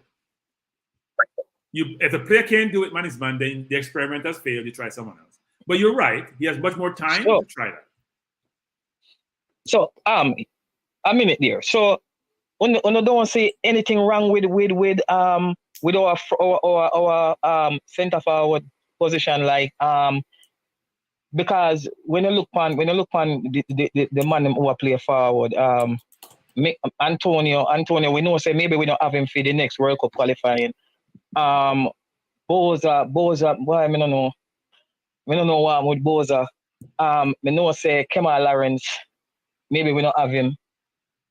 So we don't see something wrong because as me say, we still have a problem with scoring goal in on that because cause score against Trinidad, which is a good thing and the other team. But if you realize that when we meet upon a team that have a better defense, we struggle. We really struggle. Right? That's a very good observation, actually. Yeah, it's a good observation. Yeah, man, for real. We need replacement when it come to Deer. So and then because I tell management last night that is there a better goal scorer? Let me ask you this: is there a better goal scorer available to Jamaica outside of Mikel Antonio? I thought so. So wait, you talking about who have Jamaican passport or who we're trying to bring into the team? Who play that position? Greenwood can play center forward, and Greenwood's 10 times better scorer than Mikel Antonio. There's not even close. That's why we said there's Greenwood. Greenwood can play center forward and can play right wing, and Greenwood's a better scorer than Mikel Antonio. Don't have the size of one up front because you want some more physicality up front, but much more mobile. He can play up there. And they talk about Johnson, right? What's his name? Clark Johnson, who plays in League One. Johnson Clark Harris. Johnson Clark Harris. Yeah. So you believe that he would be like I'm saying, in terms of goal scorer? Better goal scorer than Mikel. Yeah, I think he's a better goal scorer than Mikel. Convert more chances than Mikel Antonio? Okay. I think he's a better goal scorer than Mikel, but not as good a player as Mikel, if that makes sense. Okay. Right? He's a better goal scorer, but not as good a player as Mikel. Yeah. I do believe that Mason in front of the goal is very deadly. He always, if you realize that when he always put away maybe like 75% to 80% in chances, him always put away. Him deadly in front of goal. Him always can find the net. So Muda say yes, is a good option. With Kemar Roof more play on the wing, on the outside. But I mean, I don't know. So I think Kemar Roof don't play. Kemar Roof play on the trainer's table. Kemar Roof is always in the physician's office. Kemar Roof don't play football. Kemar Roof is so injury prone. He's never available. I don't pick players who are never available. Yeah. He's always injured. Always injured. So you can't rely upon certain players enough. Right. All right. Let me just take this one. It says the Mexican also travel very well. How do we know that? Because they attend the World Cup in large numbers. When they filled the stadium in Philly for the final in 2015 with 70,000 rabid fans. So why does he think they don't have 70,000 Mexicans in Philly? Why does he think they have to travel? Now, if he's told me Qatar is a different story, all right. But you don't have to travel too far to find Mexican fans any state in the U.S. Yo, America full of Mexican in America. They're nothing. No, they're next door, right? They're next door. Yeah.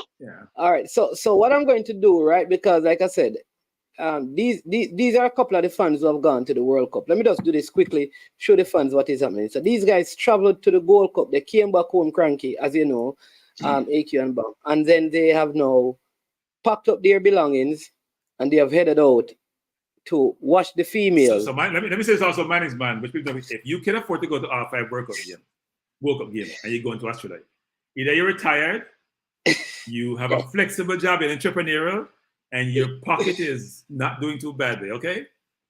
That's not that can't be a general fan, frankly. I think this is AQ at the train station. He look like he's sleeping. I think this is in Japan right here. These guys take their footballs. Let's see. That's him. Yeah. That's him in the that's the train.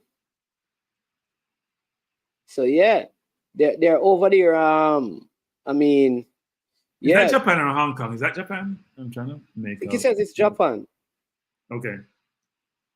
We have Andre who has also joined. Hold on. So I want to Andre. I don't know if you have been listening.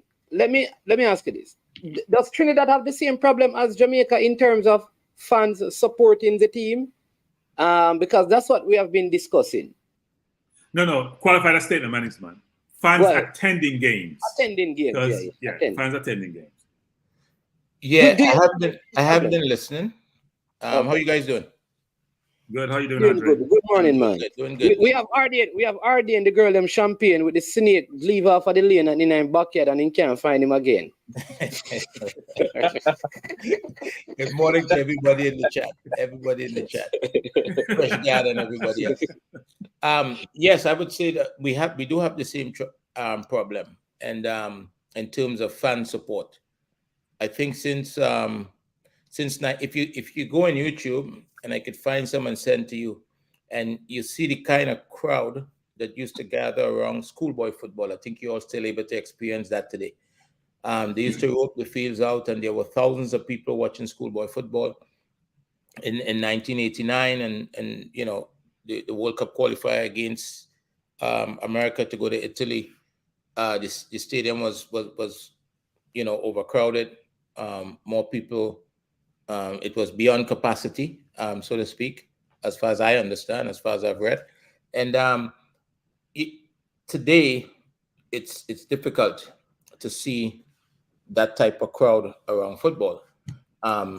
My argument is that something has happened, but I think one of the things that has happened, number one, to get support, you need to have a product, right? You need to have a national team that is being successful, or at least is showing the potential that has a plan, okay, so that people could support, if not blindly, but could support because they are given something to hold on to, right? The national team is investing, it's heading in this direction. Hold on. Sorry to interrupt you. Cranky, I think you need to change what you said. What you call him, man? Less fresh, God? So I'm typing on my iPhone, man. So if I spell something incorrectly, if it's you know what I mean, so get over yourself, whoever you are, critiquing my English or my what I'm typing. I'm on my iPhone and I'm trying to respond. So if you know Fresh God, you know what I mean. And sometimes the system type things itself. Fresh God, when I say you're less fresh. It meant bless. It was meant to be blessed, not less. All right, sorry, continue, Adrian. Sorry. The one way to think about the internet, Cronky, is that whatever you write, you've got to be comfortable if you get up and see it in the front page of the New York Times any morning. And I'm comfortable. Okay, all right. Okay, just check. I think the market has changed as well, and I think I think fans need. So if we look at football in Europe, a lot of these clubs have supporters clubs, right? So they have supporters clubs. People have memberships, and the supporter club has maybe a president, a board, and they have people that take the resources of the club and create opportunities for the fans. So, for example, why would Jamaicans, for example, with the team that you guys had going into the Gold Cup, not have more fans at the stadium? I think that's a very good question, but let's examine the fact that each fan that wants to go to the stadium probably have to secure his own tickets, his own travel, his own everything, his own hotel. And for some people, sometimes that might be, they don't want to be bothered with that. Would it be a different outcome if there was a supporter club that that went to the CONCACAF and say, look, we have a 20,000 membership or 10,000 membership, and we need to secure 5,000 tickets because 5,000 people have committed to come in to this game. Okay, so then we are now negotiating from a position of power. So now we can talk, just like Kadarak has spoken about, we can talk about having a section of the stadium for Jamaican fans, right? And as part of the service to the fans, the organization would have secured maybe hotels in the area, again, which could be a revenue source for the supporters club, because if you buy in big bulks of hotel, there are benefits that you could derive from that. So I don't know if I believe that those type of initiatives could change how people respond to supporting the national team. All right, Arden, I'm going to give you a chance to respond to that. Then you can hang up, and then Cranky, I'll let you respond to that. Yeah. Kyle, if you're listening, I'd love for you to hear, because I know you have the Reggae Boy Supporters Club. But go ahead, Arden. Yeah. What may I say? You see, just my little piece of family, as I said. What may I say? You see, the fan base. Remember, as a youth, 1998. I remember that anywhere, even when the USA, the ref did rob way, when they give USA the penalty in America here, and the ref did rob because it was outside the box. Yeah. There was a lot of Jamaican there, you know. A whole heap of Jamaican there. They match you remember. What me I say now, Management and Cranky, Andre, is it that we're not selling the football, or it's like the JFF, the bodies of Trinidad and Tobago and Jamaica football? Is that we're not selling the people, them the product? Because look here, you have a team where go America go play in a Gold Cup. My belief is this. Remember, you have new fans. You have a lot of fans that you can attract who don't really follow football that much, but you can attract them. Is it that we can build a fan base by when the player them come down, Mikel Antonio and those players, a day in before the match or 2 days before the match, we can have a photo shoot where kids can come and take picture with these football celebrities, and draw more people, because I mean, when you get so close to the player them, then you tend to come out and support them. You understand me? So may I say the board them can do more. Like, just interact with the people them. Like, you're going to a different country, you're going to Sweden there. you just make them know, say, okay, so we're having a photo shoot. So anybody want to come and, take picture with the guys them and rap with the guys them. I think this would build fan, not only the fan base, but people to come in the stadium. I just think that the football thing, they need to sell the football thing more. You see, Rene Simons, the self-him thing, the man sell it in a Jesus name, and it worked. You understand? So me I say, bro, this is what we can do. This is what we can do. Get the people there. We're going to state. We're going to Miami. Enough Jamaican in Miami.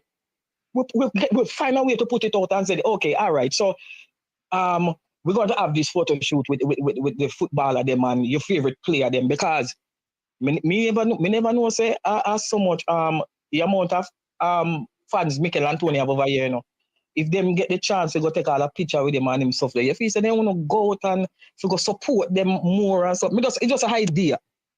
All right, RD. If he said that more, yeah, man. So all right, so listen up, so we can listen, we can get a couple others. All right, we'll see, we can get a couple others and thing. All right, can I respond to that, management, a little bit?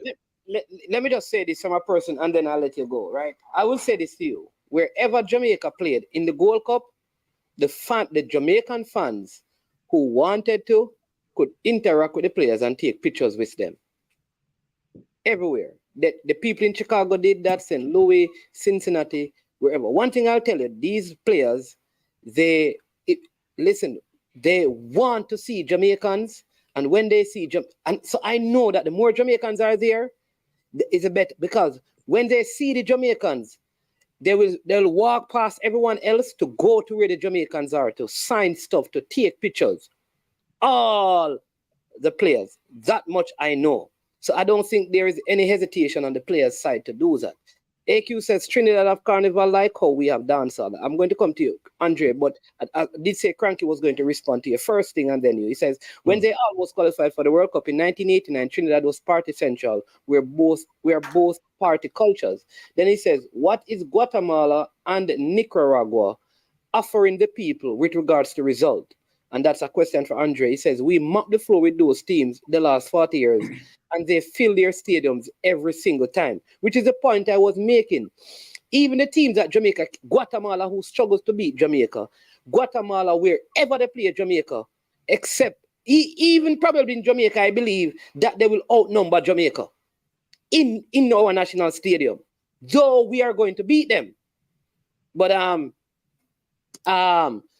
Cranky, I know Andre said he wanted to say something in response to RD, and then Cranky, you guys can. Who wants to go? You, Cranky, or Andre can respond, and I'll provide my perspective. Yeah, but just real quick, I think what the caller was saying, and since you have added your bit in response to him, I think he's saying that we need more people to have that experience, right? And I think in recent times, if you look, I've seen that Trinidad and Tobago have had games, and it's not until it gets close to the game that it's advertised, right? So there are people outside of the country who's interested, who would know there's a game because they show interest, right? And they keep asking, is this game happening? Are they gonna advertise it? And not much is done until it gets close to the game. So, and then you talk to people on the island, and they would tell you they don't know there's a game. So obviously, much more can be done in that regard. And I agree with the part about the players. I'm involved in a chat group, and if people would post things about Lionel Messi coming into Miami, they would post things about other players who play in Europe, and they would post very little or nothing with regards to Trinidad and Tobago national team players. And sometimes you would post something and there's no response to it, right? So that's a different conversation in itself, right? I think that speaks to where we might be mentally, or in terms of where we might be in regards to what is ours. but then they might, if we get into that, they might want to take our passports. So Okay. So there's a lot to decipher here, right? So you think about all we're talking about, which is this. And Andre is right about the strategy one should employ to build a fan base. But the most important thing he said was this, which is, I'm going to say success expands fan base, increase loyalty, increase engagement. There's nothing like success. So Andre referred to Trinidad back in, when was it? The US scored that 1 goal in Trinidad, and you made the World Cup subsequently, and the support that you saw. Jamaica 98 was the same thing. When I went to the game in Washington, D.C., you know, New York was probably empty with Jamaicans all on the turnpike going out to Washington, D.C. to watch Jamaica play. That was about success and the chance to be on the world stage.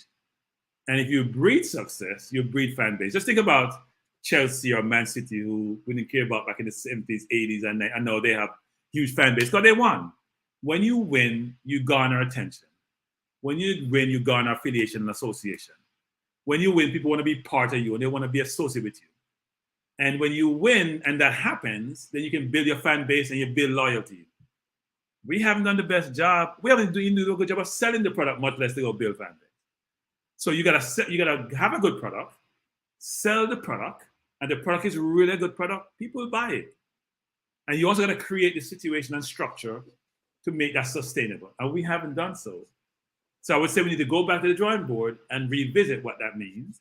We're not building the product, right? The product is getting better. So why do I leverage a product I'm building to expand that product to my fan base and create an infrastructure that, as Andre talked about, like Supporters Club, to continue that momentum and build out a fan base. So when I have games, no matter where those games are, people will to travel. I remember Cataract talking about them flying to Latin America on charter flights, even with the Reggae Boys, to go attend games, right? When they go to Mexico, they charter flights to go attend games because they were being successful. Who wants to affiliate with a product that's not successful? And an organization that does a good job of creating that success. How do you define that success, Cranky? What do you consider to be? What is success for the Reggae Boys? Success is winning, you know. Success is winning. It's not difficult. Winning, success is winning. Our creating, it's winning, and you look like you're going to win. Because I can see you building something that's going someplace. So the reason why I ask that is it because when we beat, for example, St. Kitts, people don't call that success? Man. So how do we define? That's what I'm saying. Well, hold on. Let me just take it. You have to define success based on what you have. I believe right now, among the Jamaican fan base, because of the group of players that you have been able to accumulate, I think most Jamaican fans expected Jamaica to win the Gold Cup. That's success for Jamaica. Say it again? That's success for Jamaica. You're right. I think that's what was expected. No, that did not happen.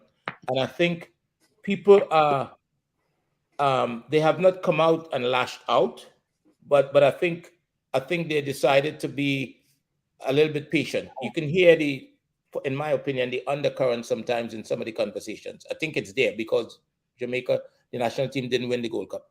So you've got to define success. But I think it would have been different if Jamaica didn't win the World Cup. Didn't win the Gold Cup? The Gold Cup, sorry. But played a convincing style of football. I think that would have been able to, you would have been able to pass that in the people's mind as some sort of success. You understand what I'm saying? They would have been a little bit more tolerant, if you want to put it as that. But I think the people feel like Jamaica didn't win and they didn't see the progress in terms of the quality of play that they expected. I could be wrong about that, but that's my... So you're saying Andre spot on, man. So St. Kitts making the Gold Cup was success for them. That's where they are in their evolution and their journey. We have been to the Gold Cup final. We have been to the semi-final. That's not so. If you have a group of players who are better than everyone before, and you're still just achieving that, is that success really? You've been there, done it, and you have. It's like Arteta now coming second when he has better resources. Does that make sense? No, he spent £200 million, and we say, he came second. Last year was success. Next year will not be success. All right, but we have Kyle on the line. Kyle is a big part of what is supposed to be the supporters club. So we want to know what Kyle is doing to mobilize, like Andre says, 5,000 fans that you can begin to petition the Nations League, CONCACAF, those people about getting tickets. You can call the GFF and say, listen, 5,000 of those tickets are for the supporters club. The tickets are for $50, but because it's 5,000 of us guarantee, can we get one for 30? What is happening on that? Go ahead, Kyle. Give us things from here. All right, man is mine. Thank you for such a high bar. Big up Cranky, big up Andre. Yeah, but I'm listening to the points of view basically, and the question basically is how do we gather fan support? And the common thought is that we need to be successful to gather fan support. I will disagree, and let me tell you why. You have teams in the USA, baseball teams that haven't had a baseball trophy in like 100 years, and they can fill their stadiums. You have teams in the Premiership that haven't won the Premiership since God knows how long, and they can fill their stadiums. The key to success, it is multifaceted. You need an organization that knows how to reach out to its fan base, work with them, so that they can build a product. And that is what is missing. You ask, how can the supporters club reach out to the GFF to get tickets? We have reached out. No response. So that tells you that you have an organization that does not even value its fans. Basically, they're telling us to find your way to the game and support the team. Cataract was on your program begging, asking for the GFF to basically allocate tickets for supporters. And it basically put a light in my head to basically do some research to find out how it is being done for other supporters club. And let me tell you what I found out. Okay, now I don't know if these clubs are working with the various federations, but I can tell you this. What happened is people are buying, like fan groups, they are buying tickets in bulk, 50, 100, and basically reserving them for when they advance in the tournament, and then they distribute them amongst that fan base. So we are getting there. So probably that's something that we need to basically look into for the next Gold Cup. You know what I mean? So my whole thing is basically that we need a federation that reaches out to its supporters, fan base, work with them to find out how they can develop the product. Let me just make another point also. The Adidas deal, when we heard about the Adidas deal, me and Neo basically did our research, and we found out that the trademark was basically sold to a second party or a third party, right? When Mr. Chung came on board and we asked him about it, he was clueless. He had no knowledge of it. That speaks to an organization that's trying to bring in money. You don't know that your trademark, which brings in money, is gone anyway. So it's gone. It's on the market now. Adidas is basically selling brand Jamaica, and they know how to sell brand Jamaica. You have Samuel Jackson wearing Jamaican Reggae Boys t-shirt. Everybody wants a piece of that jersey. It's basically being sold out, and don't expect Jamaicans at home to purchase it, because like what Cranky was saying, familiarity breeds content. The number one sellers of our jerseys are people overseas in the diaspora or people who are fans of Jamaica. It's the same thing with Brazil. The number one buyers of the Brazilian jersey isn't people back in Brazil. It's people out of Brazil. You know what I mean? So basically it's all a marketing issue. The organization need to get in touch. And let me just swing another back. The girls, I see the boys have a media team. Cranky was there when Mr. Chung came on board, and we asked him a question. What are you doing about the social media network for the girls? The boys have Manningsman and they have Simon. Where is the girls equivalent to basically interview players, bring them closer to the fans. Mr. Chung again was clueless, but he did leave saying that he is going to put it in place and work on it. These are the things that need to happen to bring in the fan support. We don't have to be winners. We don't have to win a tournament. We need connections. That's what we need to get the fan support going. Anyway, gentlemen, as usual, I say my piece and I run. Let me ask you this. So there's Nations League, Honduras versus Jamaica and Haiti in September. So you're saying that the supporters club is petitioning, the JFF for 5,000 tickets need to be reserved, that you'll get them beforehand? Because that could be arranged, you know. Are you on 10,000? Are you on 10,000? I am. Is it on consignment, management? Is it on consignment? If it's on consignment, he'll take the 10,000 and give back to you. Cronky, listen to me. I'm a little bit concerned that management is beginning to sound like a GFF representative. But he is. The man came. No, I was on serious note. So I'm just trying to sell 5,000 tickets. It is good in that management is reaching out. You know what I'm saying? So that's what we need. We need a JFF to reach out and basically ask the question. Let me hear what Kirky said. Go ahead, Kirky. So management is on that fence, right? And he's slipping on both sides and he's trying to hold on. You know those gymnasts on the uneven bar? Uneven bar is on the fence. So we understand his position. It's a slippery slope. So we're not going to give him a hard time. What I'm saying to Kyle is that I think, just from my perspective, I think what we should, sometimes you can't expect, I always tell people, you can't expect what you don't expect. It almost to me saying we can show the federation that we are serious about this.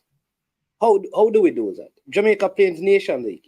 Just imagine with me, if through your group we can put together resources and get 5,000 fans into our national stadium in one area with a banner saying Reggae Boy Supporters Club.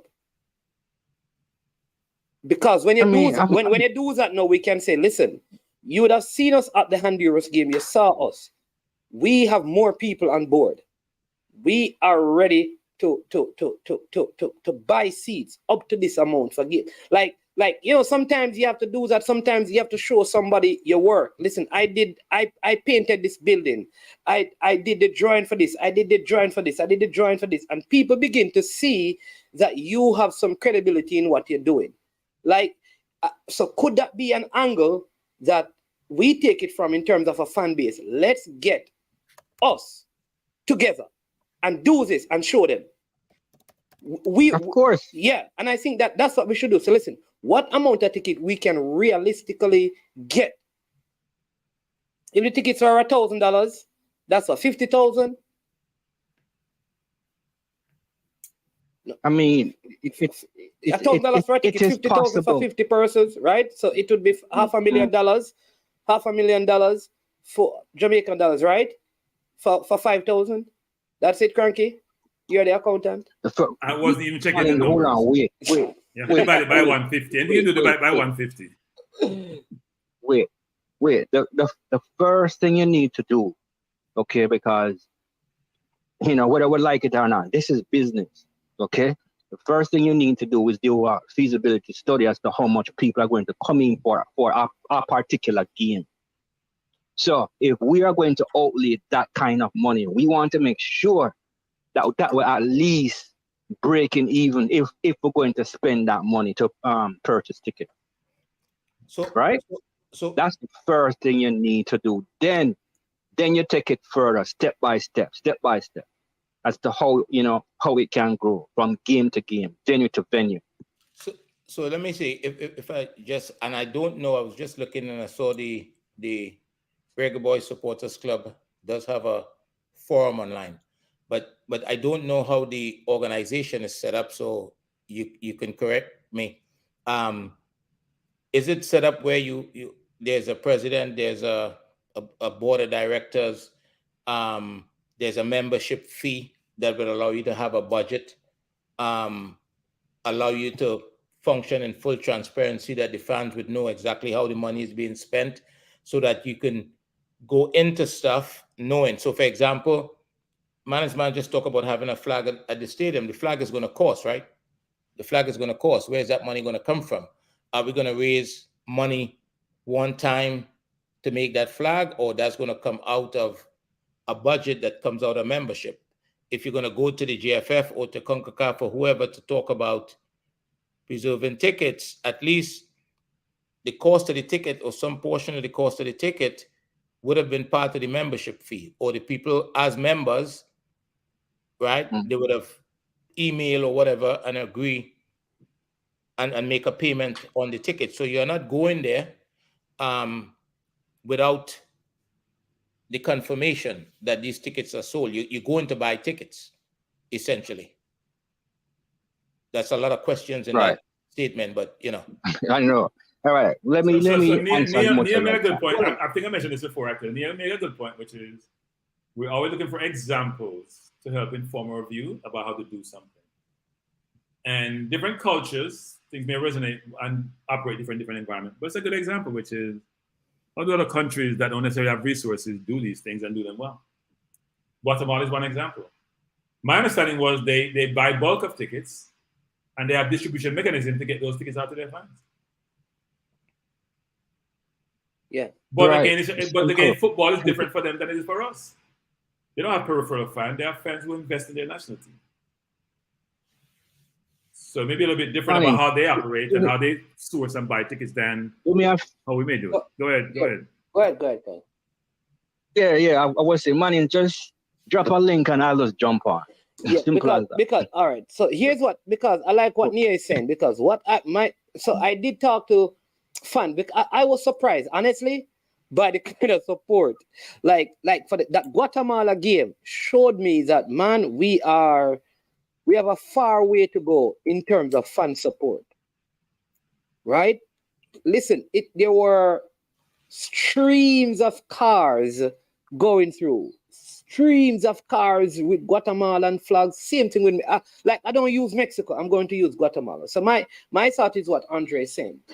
Because there is, I believe, enough persons who may not go to a game or can go to a game, but still would get tickets for the game because they want to support it. But if the team were in like a major competition, then they would make, like Cranky was saying earlier, a greater effort. So how now do we leverage that to give us more leverage? So here's my thought. If the supporters club can say, listen, we would love to bring 5,000 fans to the game. Some persons will get their own tickets, all right? So like you're saying, Andre, let's see if we can start a registry of persons who will attend the Honduras game. And you're going up to 5,000, right? So they all come in, like you said, they sign up.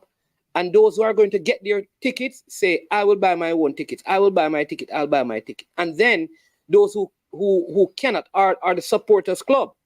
Get other persons who can buy tickets to then buy some tickets. Because some people will purchase your own tickets. Some people will purchase a ticket for 1,000 Jamaican dollars, which is like, what is that? $8 US?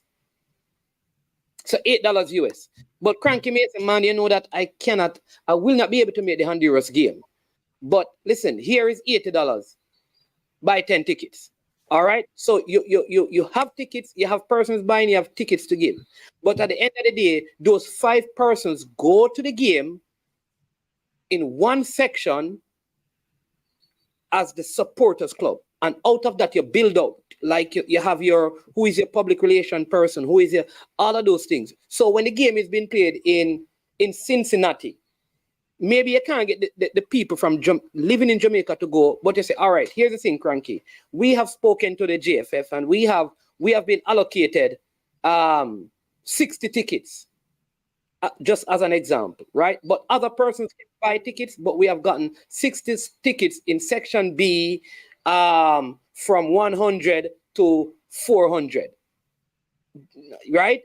And so people now can know that it is in this section we can buy tickets so we can all be together. Because one of the issues Jamaica had is that even the Jamaican fans were scattered all over the place.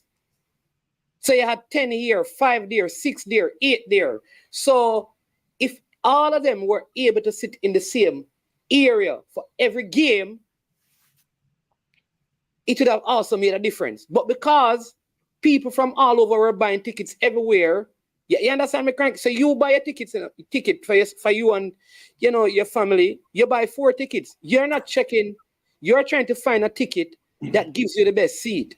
So when you buy that ticket, the next Jamaican who gonna buy a ticket gonna try to find the next section. So everybody's separated.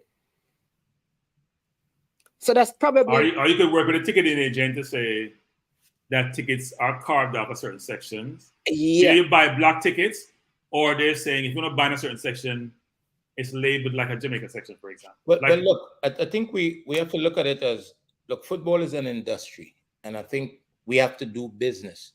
So if you go to buy ticket from one of the sites that you buy ticket through, I think there's an additional fee that they charge you for the ticket. They do, yeah. I'm no expert on this, but I'm you just Ticketmaster or StubHub, yeah. Right. Yeah. You pay an extra fee. But if you're an organization doing business, and again, it may not be as simple as this, and you go to the JFF, the TTFA, or CONCACAF to talk about 5,000 tickets, or whatever the case may be, that fee goes away. So management just talk about 1,000 Jamaican dollars, yeah. and maybe it could become 1,100 Jamaican dollars, and there's revenue now to the supporters club. Right? I think we got to think in terms of football is a business, and we can't do things for doing its sake and not derive revenue from it, because with revenue, you can do more in the future, right? So every exercise, everything, most things that we do in football must have the ability or the capacity to earn revenue, to generate revenue. Yep. All right, so Kyle is here. Nia is saying, may I get cussed out, but our reluctance to push down our egos, humble, take instruction, and participate 100% plagues us off and on the field. And I think some people are saying that, listen, this happened with even track and field. I think they're saying, they made mention of the Carifta game in Jamaica, where the Bahamians had more Bahamian in the national stadium than the Jamaicans, and it became a big thing in the news. And the next 2 days, the Jamaicans turned up. Not because they really wanted to support, because they were embarrassed that the first day of the Carifta, there were more Bahamian in our national stadium than Jamaicans. And this is a track and field that Jamaica has led in terms of medal count. In almost. So you're saying you have to appeal to the ego? You have to appeal to the ego to get Jamaica support? I don't know. But that's here. Kyle is here. But I like what Andre is saying. But maybe that is what the approach that needs to be taken, right? Because people also feel, because I know if I were to go to the game in, like Neo, for example, Neo, I think felt more comfortable going to the game because he was going as a group. You understand me, Cranky? It's almost like... No, understood. There's something to say about numbers in the management. There's a lot to be said for numbers. So, the vibe is always great when you go as a group. There's nothing like the group vibes, If the people on the same page, at the same objective, there's not like a group vibe. Hey, let me give you a good example, right? So that one of the games, I think it was Mexico versus Qatar, there was some issues in the stand where I think a supporter from Qatar got stabbed. I don't know what the altercation was. So when Jamaica played Mexico, I'm walking from the east side of the stadium to the west side, and I'm going through all of these Mexican fans. Just one Jamaican walking through like hundreds of Mexican fans. Like, it's just Mexicans. You're not seeing any Jamaicans. You're just seeing Mexicans. All right. And I'm there thinking, I wonder if I'll bump on one of them and they'll go try something. What would I do? All of those things are going through my head. You try to keep your head straight. You try to walk because you're saying that I don't want to look into their face because it's just this one Jamaican walking right in the Mexican ear. No. If they were like, if it was management and say 100 other Jamaican, you'll say, hey! You don't do that. So the numbers are also important because it gives you a louder voice as a group of supporters as well. But yeah, No, finally, management. It was a Mexican yeah. fan who stabbed a Mexican fan. It was not a Qatar fan. Oh, it was a mix. Okay. So they had their own issues. They had their own issues. So, Martins, Fabian, some of you just take the beating. Martins, the Nations League is Yeah. a home and away format, right? The first 2 games are going to be at home. The first 2 games are going to be at home. I mean, so man, shouldn't the marketing start now with the JFF for the Jamaican populace? That's what I am saying, that it should, the thing should, because it's in September, so this should be pushed. Like we should, and I'm saying that it's easy, because there are ways to do it. Even the federation could say, listen, let's give the YouTubers because if you don't want to use traditional media because that may be too expensive, you could say to the YouTubers or the vloggers, listen, here is, because it takes money to make money. Here is, run this on your show, talk about it like for 15 minutes every day up until the game. And here is something towards that. Or we'll give you content when training and stuff. You could work out something like that where it benefits vloggers are just mainstream media, and the stuff is being marketed and ticket prices are out and seating, like we have 100 seats at half line available. Stuff like that can be done, but that not being done should not stop the supporters club from pushing their. All right. Look, let's just deal with the issue. Okay, first of all, it's a business, right? So there are limits to what we can do when in terms of monetary, issues. Andre asked the question, how is the Reggae Boys Supporters Club structure? Yes, we are a legal corporation, so we do have a president, we do have a vice president, and we have, our body. Who is the president? President is a gentleman called Mosiah Marshall. But like, who is the vice president? The vice president, I believe it's my father, Carl Wallace. Why do I think that was a rhetorical question? But management being mischievous. Yeah, I know he is. Listen, we suffer from certain issues. Being a supporters club, basically, we don't have a membership because Jamaicans don't like paying for nothing. Them are coming free, them coming free. So we just say, it's free. As long as you say you're a Reggae Boys Supporters Club or Girls Supporters Club, you are a member. Simple as that. Now, as pertaining to supporters being in the stadium, again, if we look at the game. So people don't want to pay $1 to be a member of the supporters club. Jamaicans do not like to pay. Simple as that. The fun thing about that though, Kyle, because I get a lot of requests from organizations and even schools for charitable contributions. I don't know anyone in my circle who doesn't contribute, right?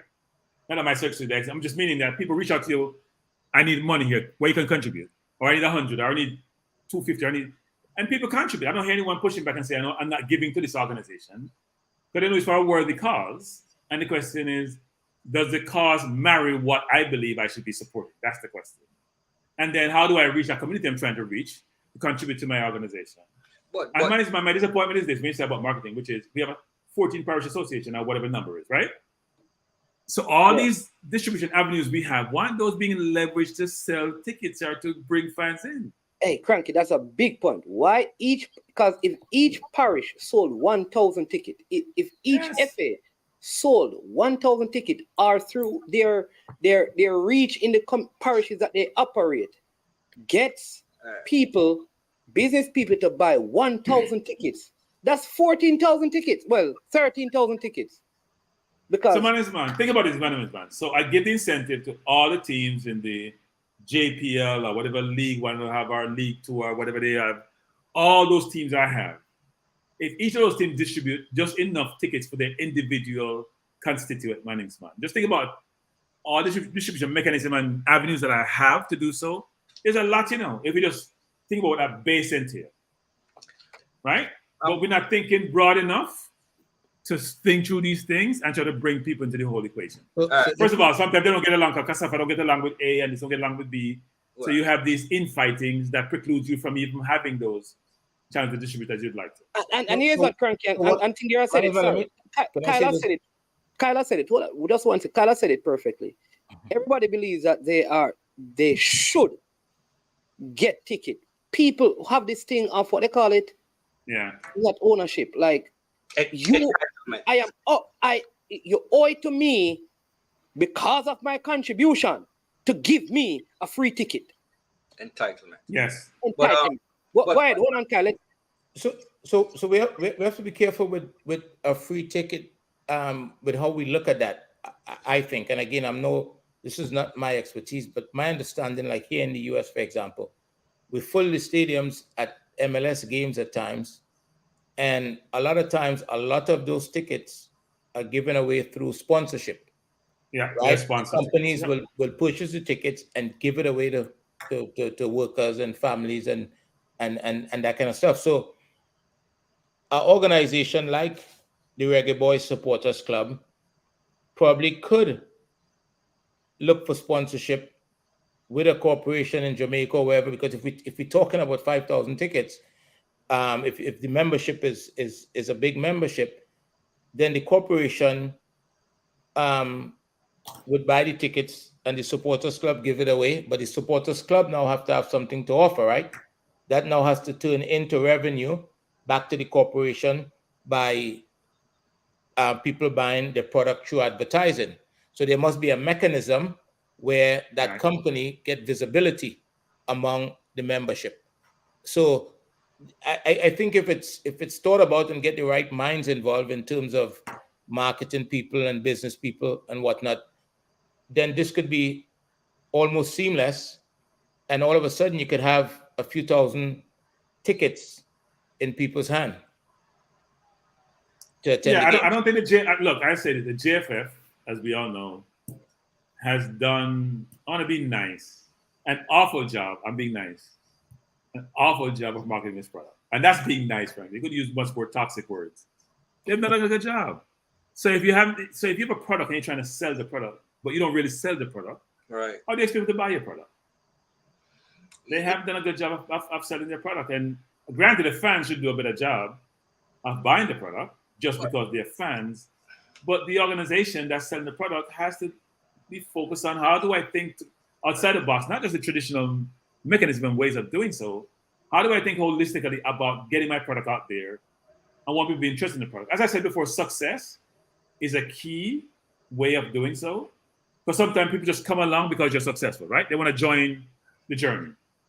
But there are other ways of selling your products. And they need to leverage all the means and ways out there to sell the product, and they haven't done so. Right. Let me just add to what Crank is saying. You know, success would be the ideal way of selling your product. But it doesn't have to be successful. The New York Knicks, like everybody knows, hasn't won a championship in, God knows how long. And basically what they sell you is entertainment. They sell you the brand name New York. It's in Manhattan. People want to go there, have a good time. And all you see basically when the cameras aren't focusing on the players are people having a good time. And that's what the JFF needs to find out, how to market to people, how to get people into the stadium to have a good time. Like what you were saying, Andre, have like a sponsorship thing with the supporters club or by themselves, basically to sponsor fans to basically come into the stadium. And listen, it doesn't even have to be 5,000, 500. Just have that section cordoned off right up front to sit down and make noise. Now, here's a free one for the GFF. Sponsor free tickets to children and their parents. 500 free, and 500, free tickets to kids and their parents just to come in and support the boys. All you need is the optics on TV that people are having a good time, and then the stadium will get filled slowly. People will follow. You know what I mean? That's all you need, is the optics that you have a product that you can sell. Here's what I'm saying. While I think all of those things are, listen, personally, and I said this again, Jamaican believe it is a mindset of ours that we are obligated to get free things. We deserve to get things. So Mannings, before you go further. And I have a problem. Wait, Mannings, if you give everything free in Jamaica, people still may not come to the games, you know. Exactly. Not only that, and think about it. They may not come to the games. Yeah, but all of that, we have a caller here, so let me just take this call and then I'll get back to you. I'll go and finish up. Welcome to the show. What yourself, Mannings, man? Gunners, boss, what go on? Yeah, I know. Yeah, sure enough to call him, Virgin. I'm busy, but me have to take the time to call him because I don't know where Kyle attacked. Yeah, Kyle is. Gunners boss get triggered by things, you know. If things go against his perspective, I have to call him to be to a vibe so he can put the next Oh, day. big up yourself. Oh, big up yourself, Stan. Big up yourself, Stan. And big up yourself, Kyle. Andre's here. No, my name, big up my friend from Trinidad and Tobago. Again. Careful, you know. Hey, Andre. Yes, boss. You see the shirt on me wear come to work yesterday. It marked Trinidad and Tobago 4. Not FOR enough. 4 live. Big times. Big up. Love it. I have about 5 of them t-shirts there. When my brethren Andy Roberts, original Andy Roberts from Trinidad. Give me. I'm a fan. Is that Trinidad? Was it free? Did you pay for them or were they free? And Gunners boss, did you pay for those jerseys or were they free? Were they free or did you pay for them? I buy them, man. My brethren, I sell them. I take a clothes line and I sell them. So I just buy them. Do me a favor, please. Could you donate one to Cataract for me? Yeah.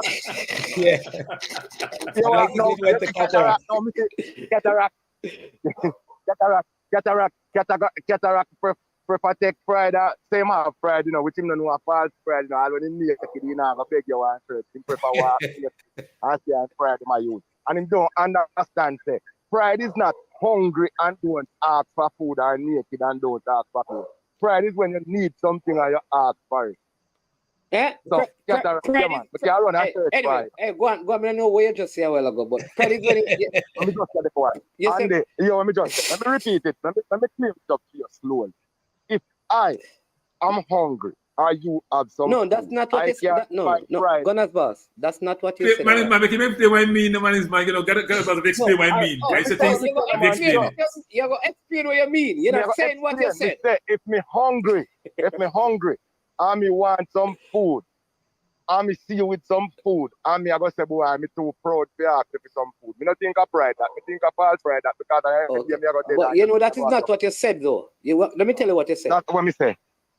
You say pride is not when you're hungry and ask for food, and it's not when. Pride is when you're hungry and you ask for food. Pride is not when you're hungry and starve to death.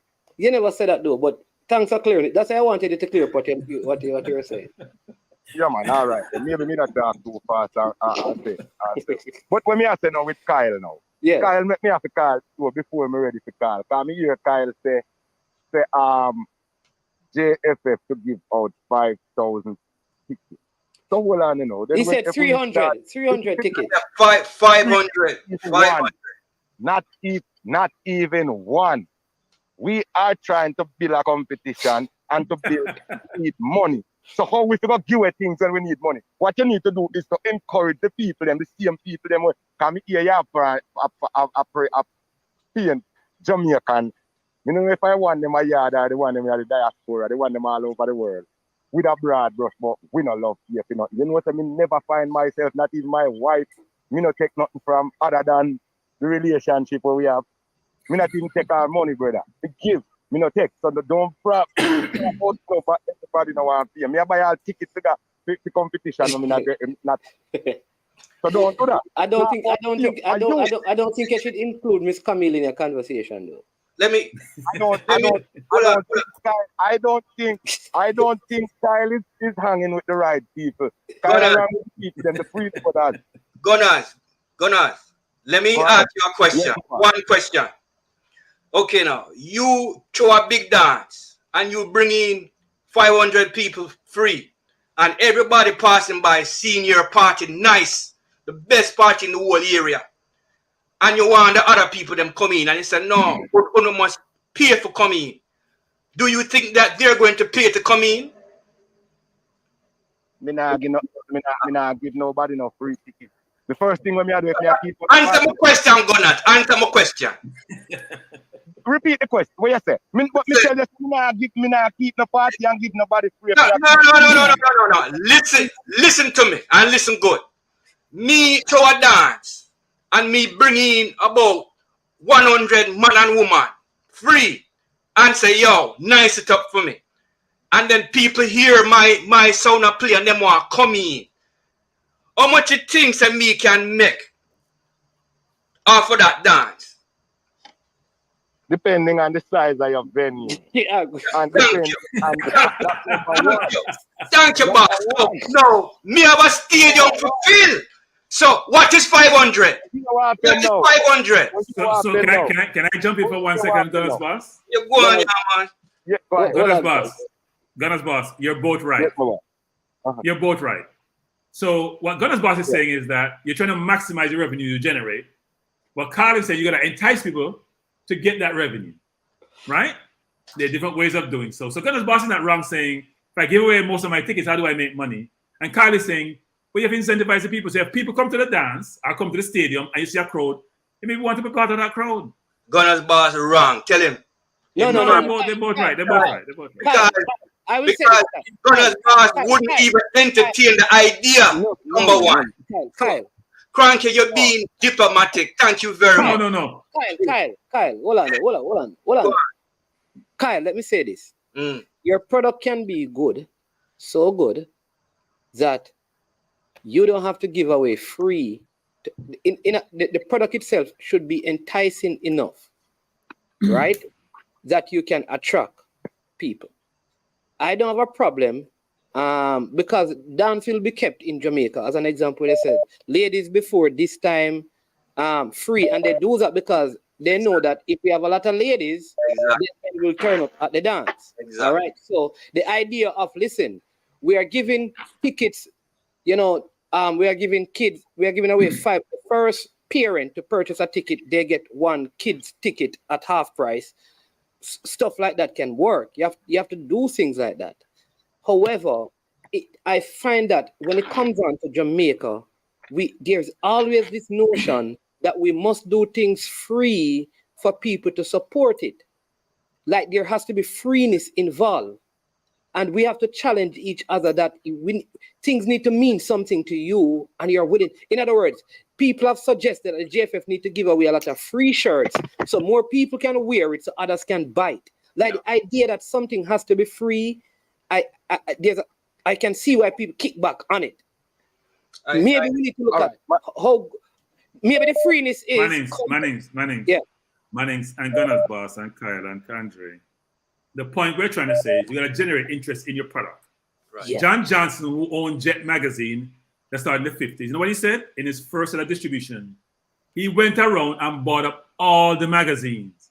So people came to watch the magazine, they were all sold out. That means he spent his own money. He generated interest in his own product. Man. So after a while, everybody want a magazine because they can't find any. It must be something good. Man. So how do I generate interest in my product to have people purchase my product? That's the concept. That's what we're talking about. Yeah. But hold on, Kyle, hold on a sec, because I want Gunner's boss to finish, because Gunner's boss, you have a couple of minutes and you need to wrap up because I have a next caller trying to get on. And then I will let Kyle finish. But yeah. Drop the link with my company show. Yeah, they are work Gunner's boss. And he doesn't want you to get fired. Don't want you to get fired. You're on lunchtime. And you can come on video. I don't want nobody see me face. I'm in witness protection program like Takashi 69. All right, I'll say the link, but let me take the other caller. Kyle, go ahead. All right, go ahead, boss. Kyle, go ahead and let me just call back this. I just wanted to say everything should be on the table, right? But the problem is, from what I see, we have an organization that is not even trying. right? I hear that you mentioned Martins about, basically women free, men have to pay for coming. That's a old Western Martin. concept. But Carla, hold on a second until Carla is finished. Go ahead, Carla. Yeah. what I would suggest is women and child free first 500, and the men would have to pay to come in. Little concepts like that, will appeal to us culturally. But the GFF is not even making the effort. Kyle, we're not. So what we're saying, Kyle, you're discussing a different thing. What we're talking about, because you're what the GFF is not doing. Nobody's saying that those things will not entice people. I don't think Cranky just said it. We are not saying, we are suggesting ideas. So we are not saying that it is not supposed to be done. But we also have to understand that there is across our nation, there's a great majority of people who believe that things need to be free, and that mindset needs to change, because free for me may not mean that somebody pay for it, because at the end of the day, I believe that it must be paid for, right? So let me give you an example, Kyle. So here's what I would suggest. If I am a member of parliament and my national team is playing a game, and I have football teams in my community, as a member of parliament, I would go and buy tickets and give to the young aspiring footballers to go and watch Mikel Antonio. Those tickets are free. But somebody has to pay. Somebody has to pay for everything. Even if I benefit free, somebody else is paying. So I am saying, find people who can pay for stuff, and let those who can't afford it get it for free. Right. So hold on a minute, and this is where And then Carl, I'll come into you right after Andre. I'm not trying to disagree with you, but what I'm saying about we have to think in terms of business, right? So if we're doing business, then there's an agreement between somebody who's paying, most likely a business entity. What is the business entity getting back for it? So if you're talking about the Reggae Boys supporters club, then we're talking about there's some exposure for that company, right? And then who gets it? The potential market to that business, who gets the ticket for free. You know what I'm saying? And is it free? Because at the end of the day, because of that exposure of that company, that person would now most likely go do business at some point in time. That the company will now be recognized as a supporter of football in the community. That's why companies spend thousands of dollars in sponsorship. We see it all the time at the football games. You see it around the field. So I think we've got to think about this in terms of business, as opposed to just in terms of giving away free tickets. All right. We have a call online. Caller, sorry about the long delay. My apologies. Welcome to the show. Good afternoon. Afternoon, man. Go on, man. Yeah, man. I'm here. Miguel? Afternoon to your panelists. Yeah, man. Also. All right. I think it's a lack of creativity that is happening in terms of where the whole state of things is concerned. I think first they need to tap into the culture, because it's not a one-size-fits-all situation. For example, here in America, the KFC tastes totally different from Jamaica because they understand the culture. Now, the halftime show, right? I heard Mr. What's the gent's name again? Mr. Chong, saying that don't make sense. But at the same time, I think it will appeal to people culturally. You don't necessarily have to pay these people. You understand me? Because it gives them a big boost with their career also, which is why artists who go to the halftime, what they call it Super Bowl, they don't get paid. But the monies that they make from album sales and all these things triple what they would have charged. You understand me? So I think that if you reach out to these young artists, and not just young artists, established artists who have new songs and want to promote it, and say, listen, football matches happening, come perform halftime, perform new music, or young actors who want to establish themselves. They tell their family members say, listen, Jack, you come perform at stadium. We'll go out there, watch football and watch that tea. You understand me? No, There are different ideas, I know that right? that's an idea still, but that every time there's a game at the stadium, some artists go out there. Listen, halftime is like 10 minutes, so you're not gonna get no show. Listen, that's Man. We are socializing ideas, which yeah. I assume that you're capturing. Some may make it to the finals, and some may be eliminated in the Yeah. first round. Okay, Let me your listen. job is to make sure all these ideas are captured, and we man. cipher through them to figure out which ones will work. So let me say this, right? Let me just give you. Remember, because we're talking about the Gold Cup, what we saw and those things and how, because we're not just talking about in Jamaica. The Gold Cup never had a halftime show, never had any exciting thing going on. And here is what happened. The games were still sold out. That means before the halftime package, people were interested. So I'm gonna correct you on that, man. Yeah. Certain games were sold out. US, Guatemala, Mexico. A bunch of the games that were played were necessarily sold out. All right, fine. Certain game. All right. So, but generally though, when I've gone to the stadium, there is always music, entertainment, or artists. Because once the artist is there, I think they just ask them to do this. Because, right? And persons turn up. So, certain games. Fine, cranky. So, I think the idea of getting, because what we're talking about is getting the fans in the stands. All right. I don't think the entertainment package at halftime is what is going to capture the fans. So, man, expand the idea, man. Come on, man. Expand the idea. So maybe there's a halftime and a post game. Man, you're trying to get people in the stands, right? I saw something from the exactly, Manning. You have halftime, you have post game also. Yeah, man. So and also, what I'm saying, Manning.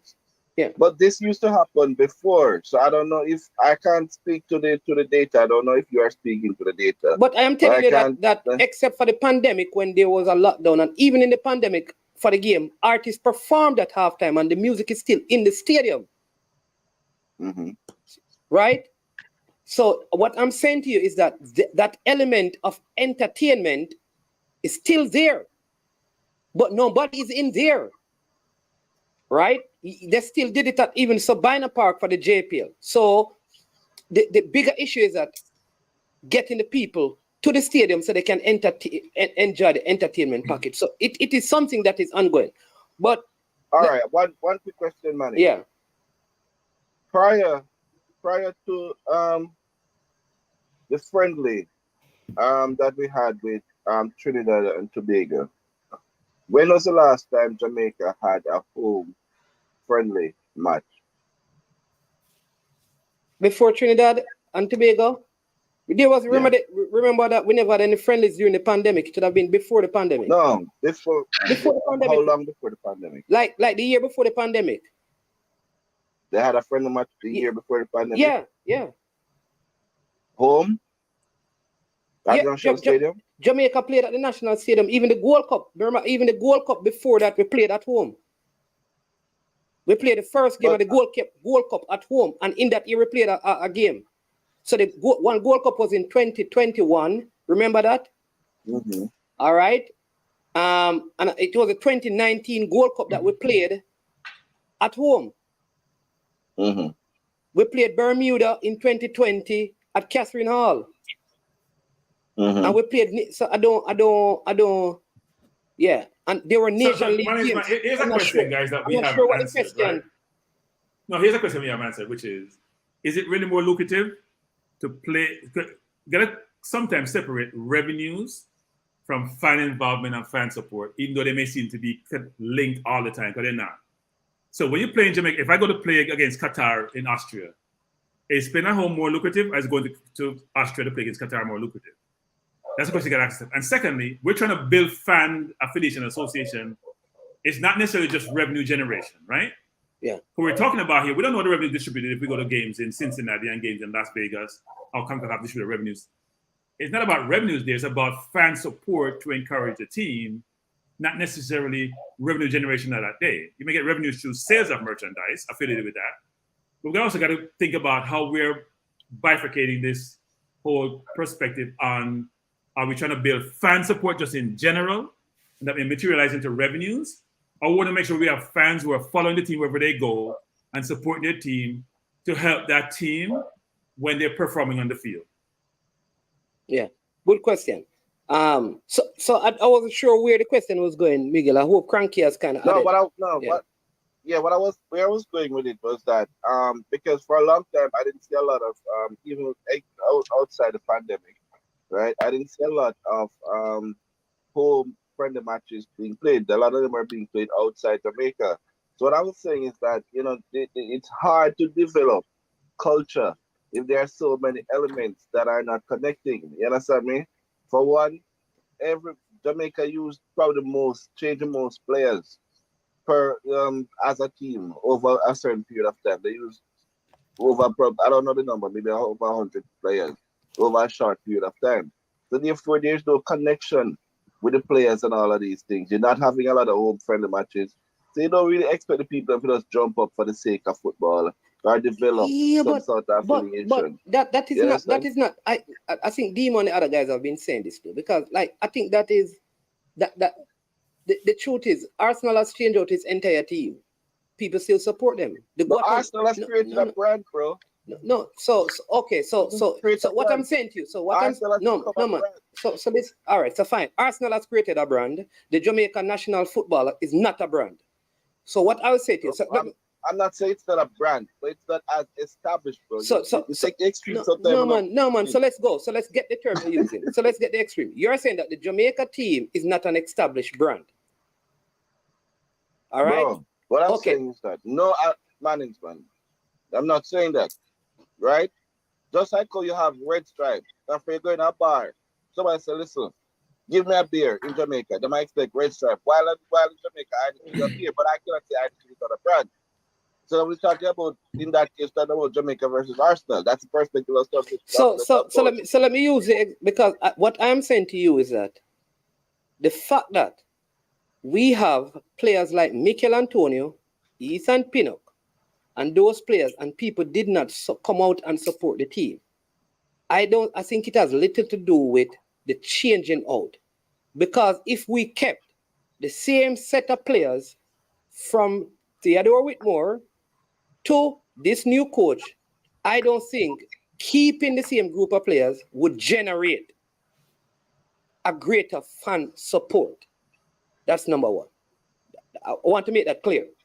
While I agree that having games in Jamaica will get the Jamaican citizens living in Jamaica more familiar with the team, we get greater support when we play in the States for the football than in Jamaica, for the most part.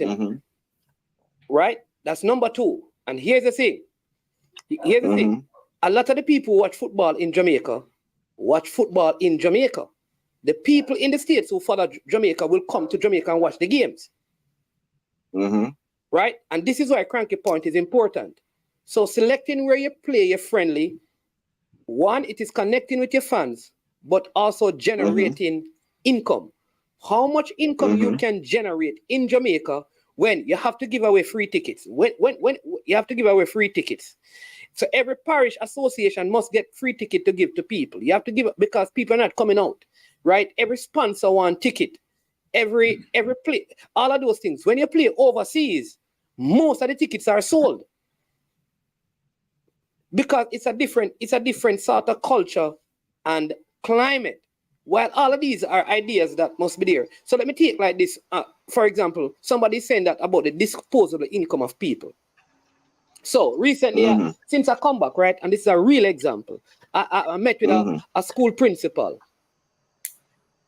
The school, the people at the school don't pay school fee, but they go to every party. The kids in the prep school, it's a prep school. You would be surprised at the kind of phones, tablets, bags, shoe, and stuff that they wear and carry.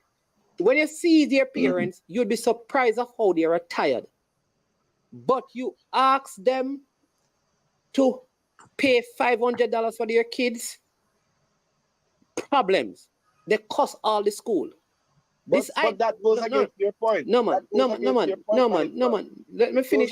Your point. You're not listening. I read a comment, so you have to listen. I'm talking about the comment on the screen about disposable income. So I am saying to you, this notion that people don't have the money to buy the ticket is not really true. Because the same person will pay $50,000 to go to Dream Weekend or Marco Polo. And that does not include their hairstyle or the new suit that they buy. It doesn't include the Airbnb. But that person, that same person will not pay. Don't believe that they should pay $1,000 for a ticket. Okay, could I make a point? No, hold on. Andre, just before you come in, please. Sorry. I don't want to do that. But listen. Mannings. So what that says right now, because statistically, people spend more on entertainment than anything else, even more than food, right? No. It simply means that football is entertainment, right? There's no question about that.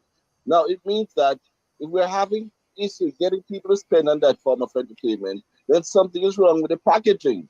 That means it needs to be repackaged. You understand me? And so but isn't so nobody? Hold on. Miguel. But isn't that what we are saying? That the marketing of the football needs. That's what we are saying. So you're not saying anything that we're not saying. That's what we have been discussing.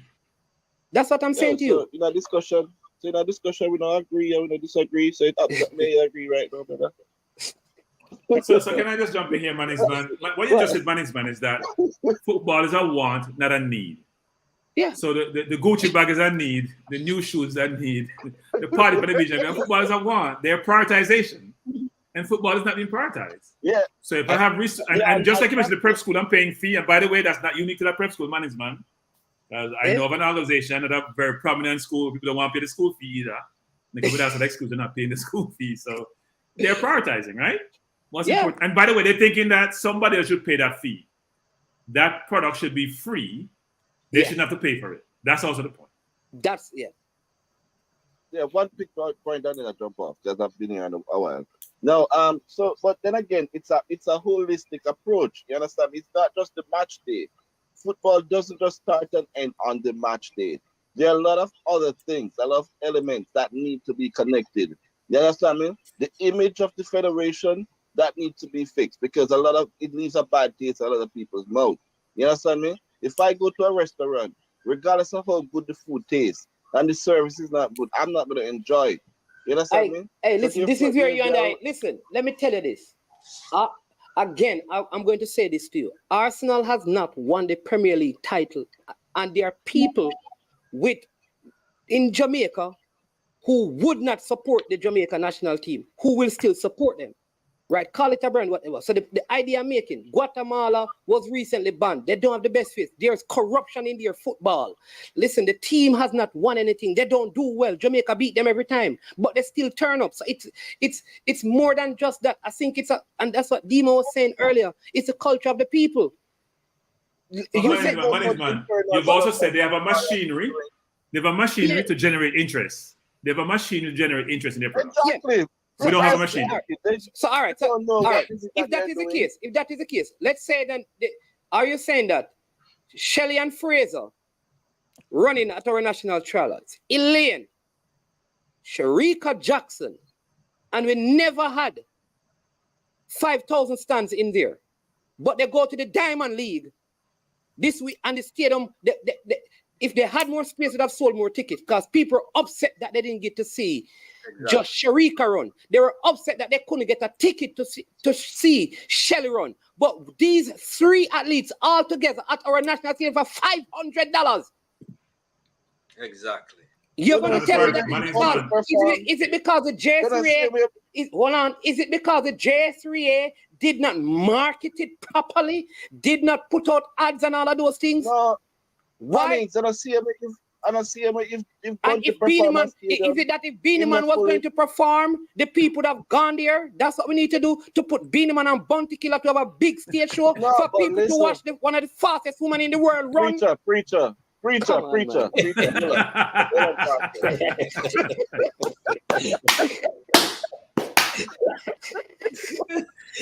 It's a positive pulpit, put up a preacher. Management, let me say, At this point, I will continue to listen. Go ahead. Look, so I think if I can just twist what has been said so far, in terms of this person here is suggesting that it says man is man. I think he went to say we don't have a football culture in Jamaica. We have an entertainment culture, and somebody just mentioned that football is entertainment, which is correct. It is. Look, and I could speak for the US, and I think it happens in most countries around the world. There's gas stations right opposite each other on corners. There's banks right opposite each other on the same corners, right? In any community, you have, let's take football, for example. You have youth clubs, 3-4 of them within a certain radius. Everybody in the entertainment industry is fighting for the same dollar, right? What do you do to stand out from your competition so that you can get a greater portion of that dollar? And I think if we look at it through those lens, it could give us a different outlook, right? So yes, we might be marketing, but are we really, and I'm using the word fighting deliberately, are we really fighting for our share of that dollar? Good question. So, management. When you asked me the question initially, I said it was a very complicated question, didn't I? You see it, very. And the reason why it's complicated because there's so many factors that informs this whole discussion and informs getting that support, that fan base, and that revenue you're trying to generate. And until you source all the different things that informs this, and then really sit down and decipher them and figure out then how to execute against it, you will still struggle. Because everything you come up with that may seem to work, someone can find something that says, you know what, that's not the real, what's the root cause? We're dealing with symptoms here. This is a symptom. But you can find the root cause. It's like saying situation in Jamaica with crime. What's the root cause of crime? Is it poverty? Is it education? And maybe it's multiple root causes. But you can find the root cause, you're gonna struggle to fix it. Yeah. You know what is good? I think our reggae girls, right? This is historic. They have qualified for consecutive World Cups, right? They had a camp in Jamaica at Arnett Gardens. How many fans went down there to watch them? Listen, I'm going to... Man, they don't care. Here's the thing you're missing, man. It's like saying the lady who swam for Jamaica and who won world championship and nobody think about her, and she's on the world stage. Man, I have to be interested in the product in the first place. All right. And then I take it from there. The Jamaican, they also have the Olympics with coming up, the qualifiers against Canada, right? This is a team that has qualified for 2 World Cups. They can qualify for the Olympics. I think they have the playoff game against Canada in September in Jamaica. All right? No, this was known from last year. I would love to see what the do people care? Like seriously? Has it been promoted, management? If I don't know about the dance, will I come to the dance if I know about the dance? I hear you. But Gunners boss. You have. Oh, yeah. I was supposed to send you the link. Not true. Jeez and peace. Money. But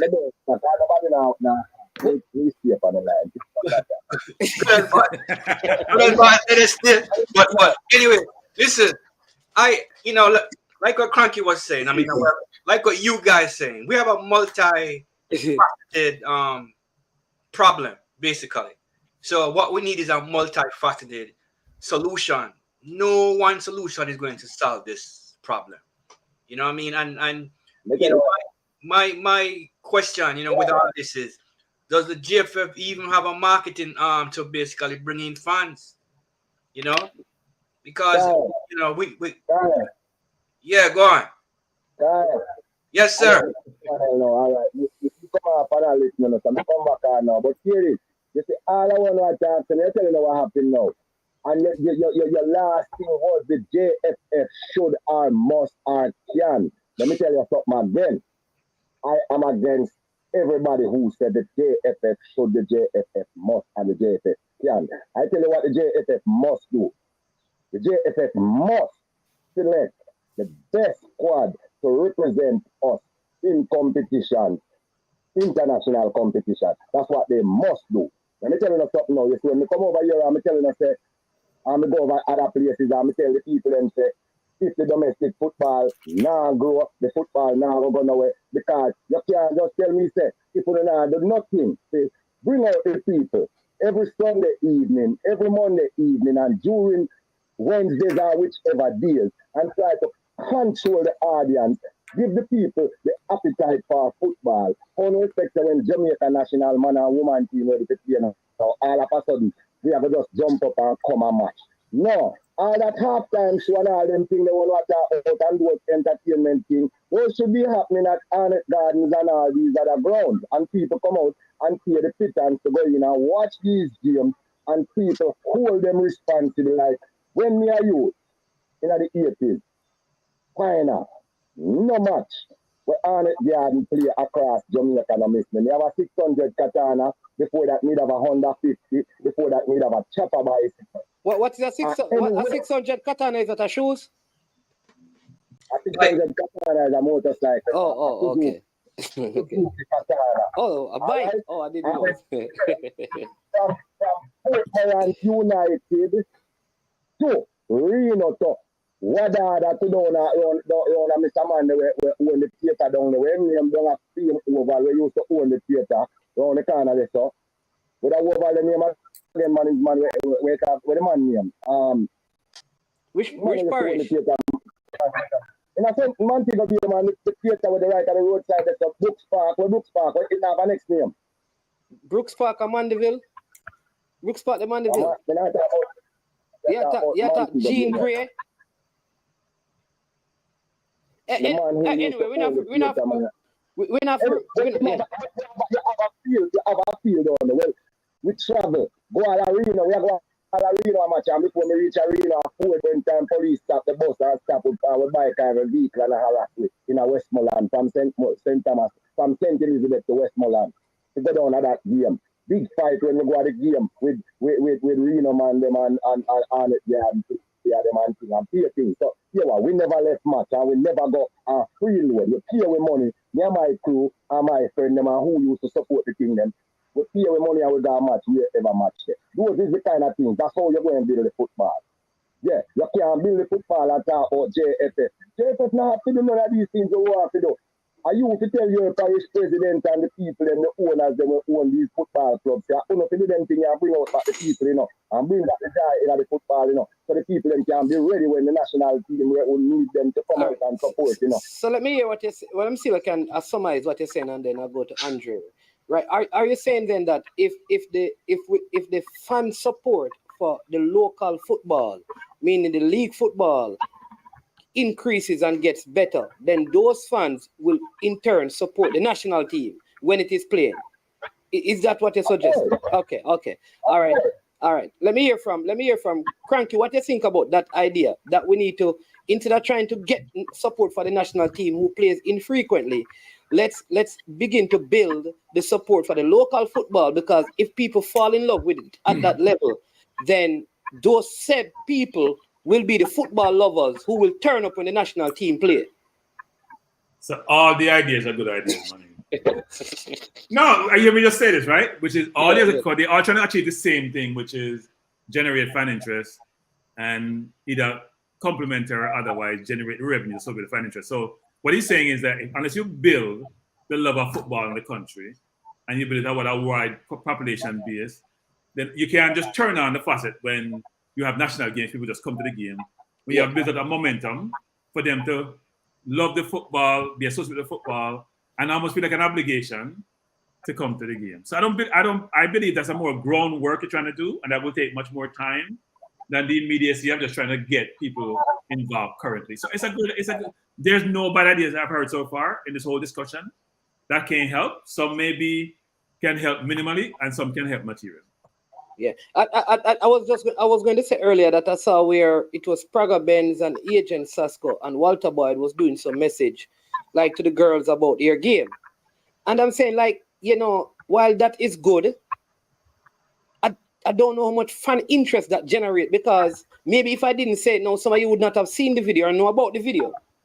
So it is like, while I agree that there needs to be a greater marketing, my one issue is that, like, I think there are some things that, like, I would love to be able, and I think this is something that I can do, begin to get people to have interest in the game. Like, brethren, like, look how I'm talking about Mount Pleasant and getting all of these people.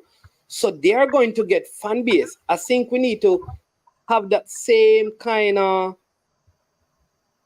thing about the national team. And I would say YouTube has been doing that. Now, Andre, you tell me, what is Trinidad and Tobago doing to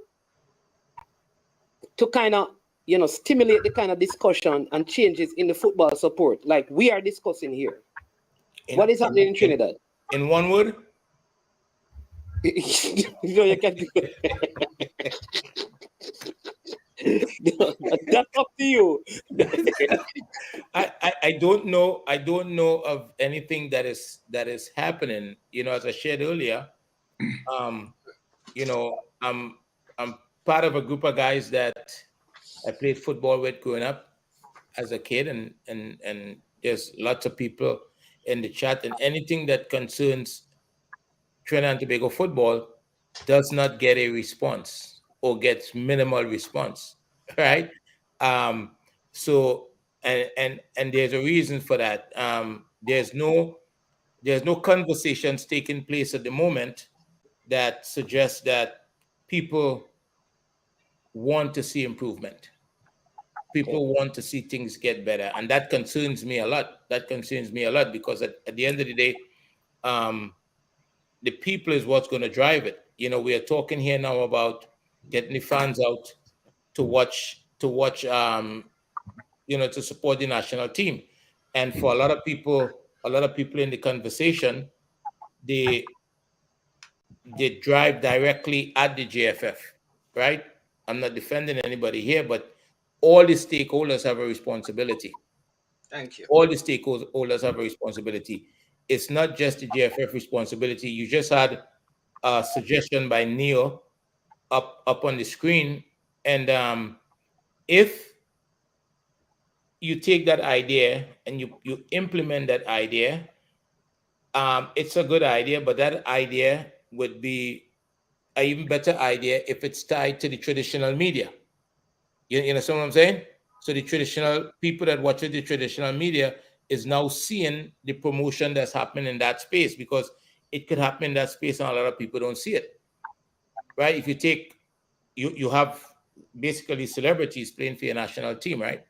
So the people that's in that space that's going to the dance or whatever the case may be, and you start to promote a Demari Gray or Leon Bailey or whoever in that space, but you know that these are people that go to parties. So now you're showing Bailey or Demari Gray also with the cars that they drive or they dress up. Then you can get their attention, right? People might want to come out. So you've got to cater to the market.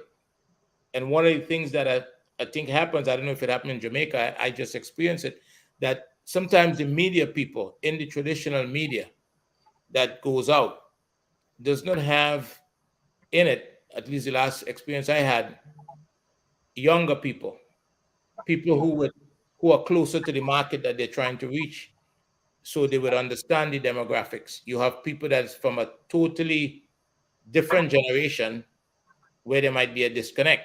So somebody who is 60 or 65 years old trying to connect with kids 18 and 20, that's a little bit harder, right? And there are studies that show that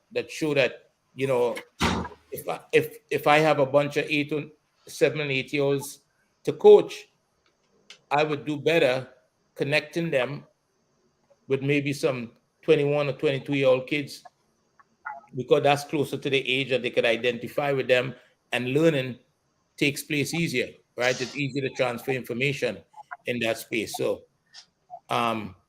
there's a lot of ideas and a lot of things that could work, but everybody have a role to play, all the stakeholders. All right, Kyle, I'm going to give so you go ahead. I'm gonna be like Cataract for Andre. I think Andre should do like what Arteta does with Pep. it just, as people at the book, him just copy off and then bring it back to the organization.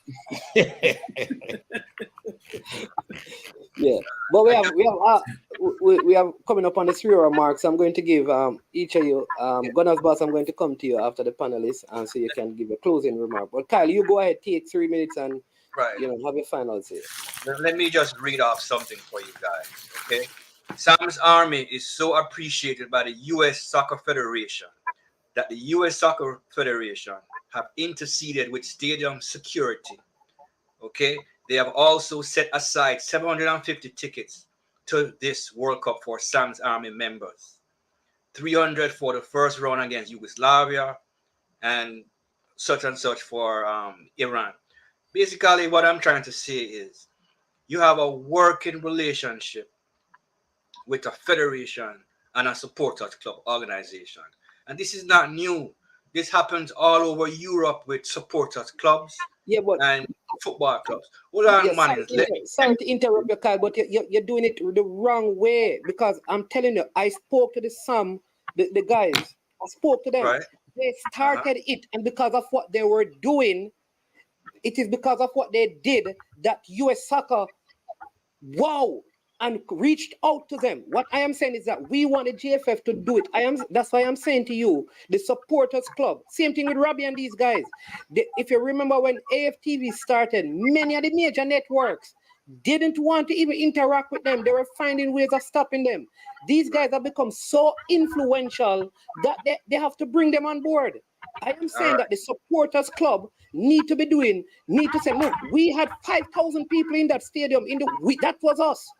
And then that challenges the leaders to do it. What we are saying is that, no, the federation need to make us important, give us stuff, and then they will see what we can do. I am proposing that we begin to do things and challenge them, just like what YouTube has done. So more people are paying attention to the vloggers. Why wait for them to initiate it? We need to start doing it, and then we can go to them and say, listen, we had the 1,000 supporters at your game in Honduras. We chartered flight. We flew to Honduras to watch you. We flew to Miami to watch you play in Haiti. We sent 500 people to Japan for the friendly. When they begin to do that, yeah. Listen, I agree with you 100%, right? But that doesn't absolve us from basically speaking up. And let me just make the point. Yeah. We have begun the process of basically showing what we could do with this coaches initiative, right? So somebody making noise, somebody typing in the background. Cranky. So what kind basically, what kind of listen? I've never heard a keypad so loud. You're right. It shocked me. But anyway, so we have begun to show the GFF and the supporters that we can do, stuff like that. But like I said in the beginning, our supporters club basically is it's not a membership thing. It's basically volunteerism. So anything comes out of pocket. Now, what we're trying to do is use your mediums, the vloggers, to basically get the fans in the diaspora and at home involved financially. Again, as it pertains to getting people in the stadium, wherever it might be, at home or abroad, each venue has its own intricacies to basically get people into the stadium. At home, we don't have a supporters club arm. We used to have it in Cataract. And basically, I don't know what happened. I mean, that they are basically full. Cataract stopped being a supporter and started being a ultra. No. He's not a supporter. But no, he's not. He says he's not a supporter. He's an ultra. Anyway, but basically that organizational arm to basically gather members back home is not there. So if anybody wants to find us, form a supporters club back home and work with us, we will gladly work with them. You know what I mean? But like I keep saying, it's multifaceted. Every approach should be on the table. That's where I am coming from. Yeah. All right. All right. Cranky, somebody said that your keyboard is being abused. But I'm going to say keyboards being abused and nothing else. but go ahead, Cranky, take your couple of minutes and wrap up, and then we get to go down. So look, I think the one thing I say is this: that traditional media doesn't have the time to spend really gathering ideas, having these dialogues, having different perspectives, with the hope being the outcome is that you get sense out of nonsense sometimes and utilize that for some kind of benefit or purpose they're trying to achieve. Right? Some objective that you have, which is how do we get the fan base, not only in Jamaica, you know, because Andre said they have the same thing in Trinidad. And I would bet it's probably not only Trinidad and Jamaica, it's other Caribbean islands.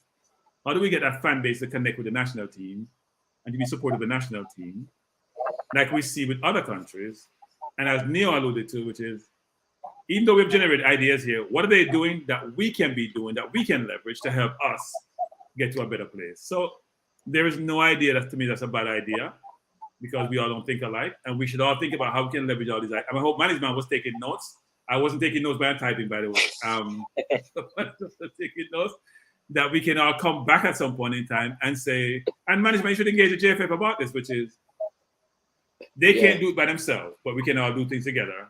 What can they leverage to allow us to get to a better place than we are? Because we're not in a good place as related to fan connectivity with the different national teams.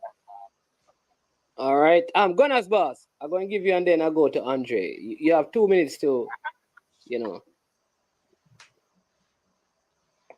Gunners boss. Gunners boss.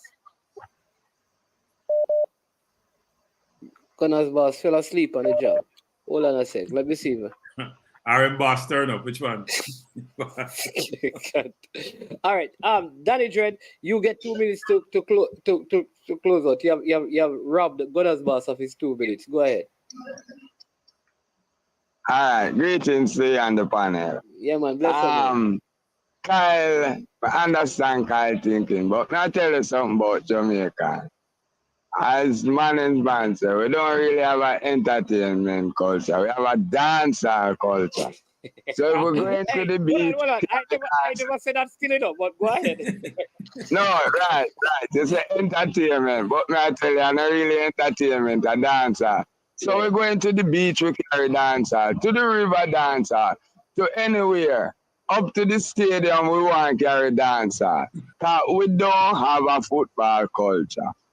No, you see all these little clubs in England that don't do well. These people have football culture. We don't have it. Now, if you give 1,000 free ticket and you put the ticket in at the 1,000 man them hand, probably 100 will come. You have to go send posts for them to all kind of things. But 98 was a different thing. You know why? We also have another culture. This culture named winning culture. As long as you're winning, we jump on. That was what happened in 98. Right? So when some younger people say 98, go back up to 94 now, and you see it was like this. So while we have a few people that love football, we don't have a football culture. You get it? Yeah. All right. So like 92 now and them time. Remember, 94 World Cup qualifier. We play a match, must be 92. That was not the round of 6, the round of 4, not the final round, right? And somehow this rumor go on. We were playing Costa Rica. This rumor go on that if we beat Costa Rica, we're going to the World Cup. But we would only go to the group of 6, right? And that day, stadium did ram. Now you look on the sports now when they're lacrosse. Now most of we never watch a lacrosse game yet. But because they're doing so well, you can find the amount of tweets where Jamaicans that tweet about this lacrosse team. Because we just jump on to winning. So you see football, them have to start do some winning. And quick time me pack up like 98, brother. I'm not talking against Trinidad and them. I talk against some more formidable teams. So where me? Like this. Careful now. Andre, man, lick your man. Sorry, me Trinidad virgin. Anyway, and that man. So, and the people them, brother, them love winning too much. Them not like build something come up. And that me not like with them all the while. All right, you know what problem me and them have with this Jamaica thing? Me have to cuss them out in a virgin. Yeah, man, no people when me talk all English football with. You know? Yeah. All right, no people when me talk English football with. Good. Me have to cuss them out when it comes to Jamaica football. All right, Virgin. Yeah, man. All right. Give thanks. Listen, Yeah? you know that you have to go listen because, you know, Andre, I've got shoot back at you. By the way, good call, caller. Good call. Yeah, respect that, Andre. Yeah. Big up, Danny Dread. Big up. Yeah, man. Go ahead, Andre. You respond and then you take your 2 minutes and then we can close. Go ahead. I just want this is Cataract probably send the scholar.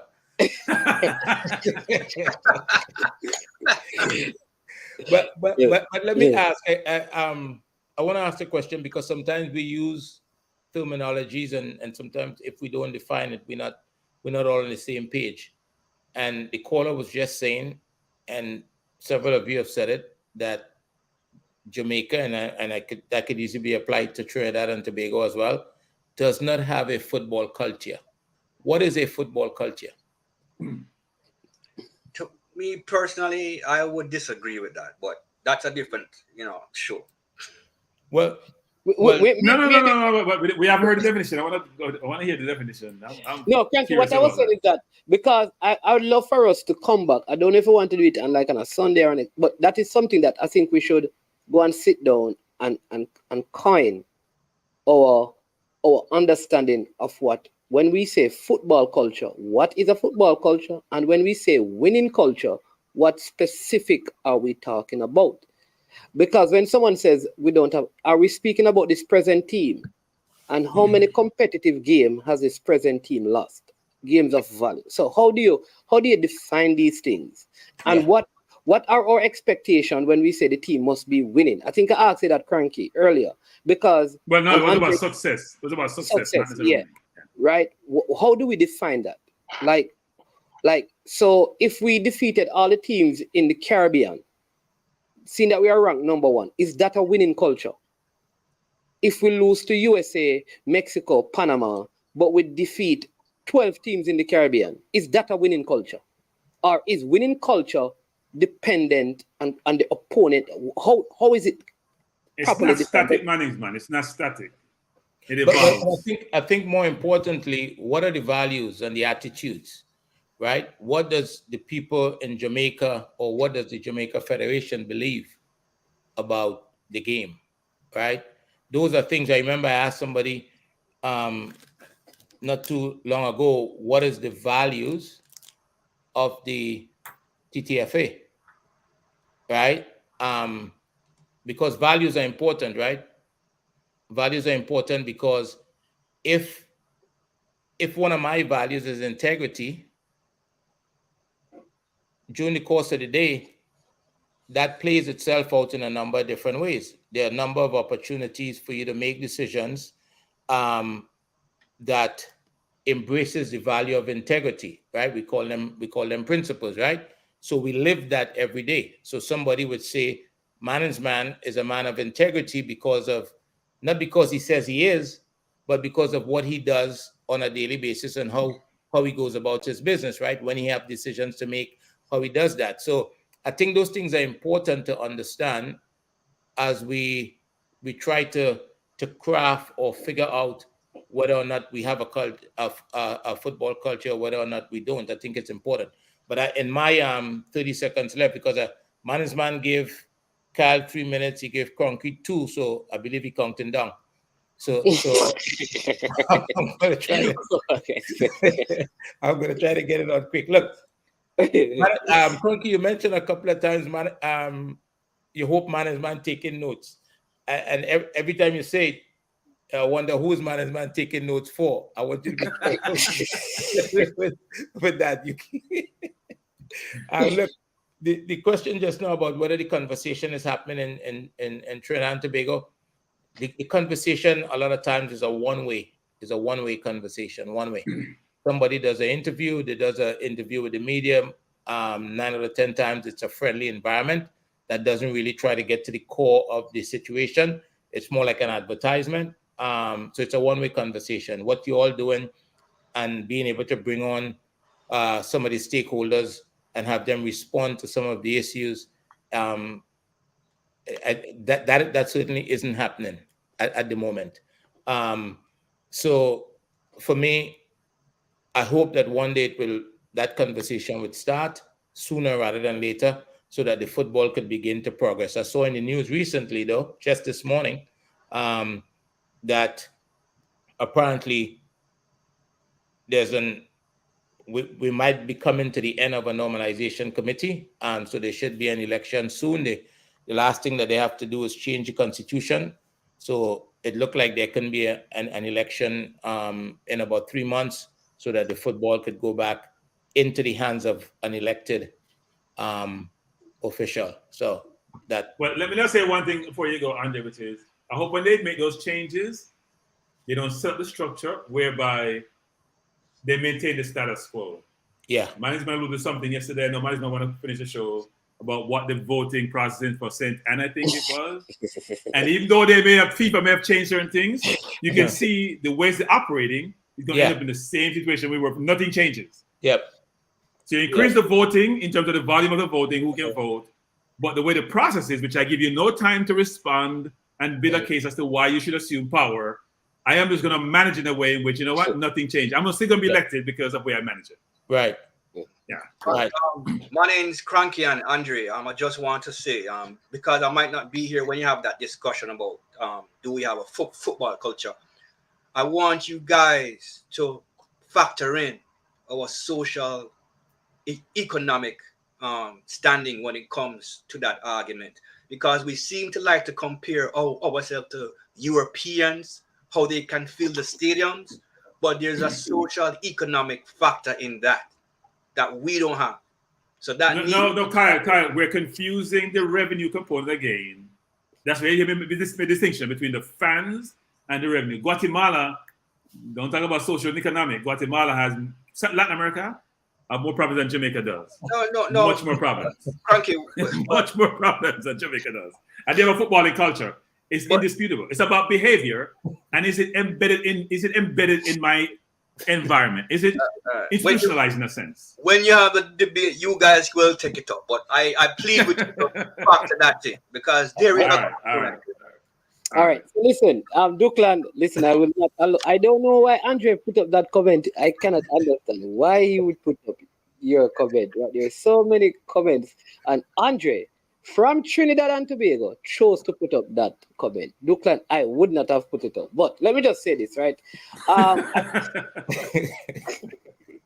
I think like our evaluation must never be done in isolation. What do I mean like that? I think oftentimes, and I have been guilty of this, that when I estimate and evaluate the Jamaican team, I do it in the context of the players that we are getting. And many times we pay little attention to the opponents that we are facing or the development in the other locals. We tend to forget that as we are improving and developing and adding players and adding to our systems, that the USA is doing the same thing, that Panama is doing the same thing, and the Dominican Republic and Mexico and Costa Rica. So if all of us started out where Mexico were ahead and USA were ahead and Canada were ahead, just as hypothetically speaking, while we are improving, unless we are going at a rate faster than how they are improving, they will continue to be ahead of us. And we must never, ever do our evaluation without that in mind. I believe I've been guilty of this. I've set such a high bar for the national team because there is an expectation that we should qualify for the World Cup. We should have qualified in the last, or we should have qualified for the last time. We should have won the last Gold Cup. We should have won the one before that. We should have won the one before that. And while I would love to see that, probably we need to really sit down and have a more a statistically based sound evaluation of all the other factors, and then really put us where we belong, and then determine whether or not we are at the place to be the powerhouse that we believe we should be. And then maybe if we come to that reality as a fan base, then we'll have a great appreciation for where we presently are and where we should be heading. I would love that conversation because I know where you're going, and I'm telling you, you'll get beaten by one day. I'll tell you that right now. Because unlike most countries, they can't call upon, it's one thing to have a pool that you select from. It's another thing to have another pool. Someplace you have players, you have reserve. And when you look at your pool, you can say, we can go choose from another pool from somewhere. Most people don't have that pool to choose from. Panama doesn't have that pool. Guatemala doesn't have that pool. Honduras doesn't have that pool. We are very lucky as a nation that we export human capital, and we can call upon that capital when we need it. It's amazing how that works. So don't disagree with you if we're doing apples for apples comparison in the Caribbean, where Trinidad doesn't have the pool to call upon. Barbados doesn't have that pool to call upon.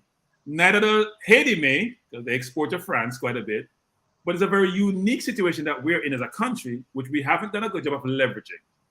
When we start leveraging that, then and make a conversation about the holistic, I will be on board. But I would not agree with Manningsman where he's going, because I know where he's going. I don't agree with you, Manningsman. I have to tell you this right now. I don't agree with you. We are lucky.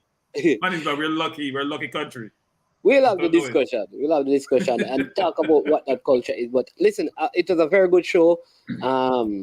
Ideas are plenty, and there was no wrong or bad idea. And we looked at the collective of how we can progress the football. And we always seek to do what we can to advance the sport in all aspects, and so that's what we are here about. Not to we identify problems, but we propose solution. We are not here to tear down without building. And what we seek to tear down is a status quo, so we can build something new. We want to done with the old modus operandi and build something new, something that progresses every day. That's not just in Jamaica, but across the Caribbean. Because I believe that if the Caribbean gets better, then all the teams in the Caribbean will challenge Central and the North America. And I think we need to, yes, begin with Jamaica, begin with Trinidad, begin with Haiti, begin in our own space, but expand that across the region and bring us back as a Caribbean to the place of influence, so we can have a seat at the big table with the other big nations and advocate and advance Caribbean football for every island, so that all the islands can benefit. So I want to thank you for this fruitful and substantial discussion. Like the Terminator, we will be back, right? Please share your notes. Please share your notes. I will leave that to Cranky with the big keyboard over there. I don't know, the man of a speaker in every letter. Boom, boom, boom, boom, boom, boom. You know what I'm saying? That's when you can't type. That's what happened. You can't type. That's what it sounds when you can't type. I didn't learn to type, actually. But bless them. Thanks to everyone who watched, who stayed on, for all the comments. Thanks to all the persons who call in. Remember, for reasons that are beyond my control, we're unable to do super sticker, super chat, but there is a Zelle contact that you can do contribution to the channel. I am Manningsman. This has been I Am Sure Sports. We certainly miss Mr. Ohene Blake today. No, we didn't. I didn't have to argue once today. I am not going to say I didn't have to argue once. I had a whole 2 hours without arguing once. I got a text message. I got a text message where they were blaming Cranky. They said, you messed up Cataract. You let him talk out all I'm things them. 2 days ago. That's not possible. Not possible. Out the talk, so he's rebuilding his repertoire. But bless up. So people, take care, enjoy the rest of your day. We have Pioneer. Pioneer will be back on the channel in around 30 minutes, and he'll be covering the Diamond League that was just completed. He has not been here for quite a while, so you can check out and listen to him as he gives you his breakdown. Let me say this about Pioneer. Pioneer, you want to cover an event? cover it watch along. Don't cover it subsequent to the event occurring. Pioneer. Just a suggestion to you in how you improve your numbers. Keep going. All right, you're not Pioneer, so that's Crocky's word here. But have a good day, bless up. And man, this has been I Am Sure Sports. To all the panelists, thank you so much. And as usual, when you get to this point of the show, we say we are over and we are OUT out of here. You better prepare yourself for the big time so you can tell the kids about it. Yo, this is Delirance. I remember Green and Yellow Organization presents the annual Ali Cup Junior Football Tournament. It's an invitational thing, so you know it loud. August 10, 11, and 12. You see, August 10 are over states. August 11, Jamaica College, and August 12, Excelsior Ground. So that when you're loud, it's proud, because we're going to the crowd and the cloud. Never shout out to Sambo, shout out to Chris Bailey, shout out to Scholar. Remember the sponsors are there. Babsy Grange, True Juice, Western Sports, Sportsmax, and Sam Isaacs and Son. Delly Rankin say that when a big Ali Cup Junior Invitational Football Tournament, August 10, 11, and 12. Be there.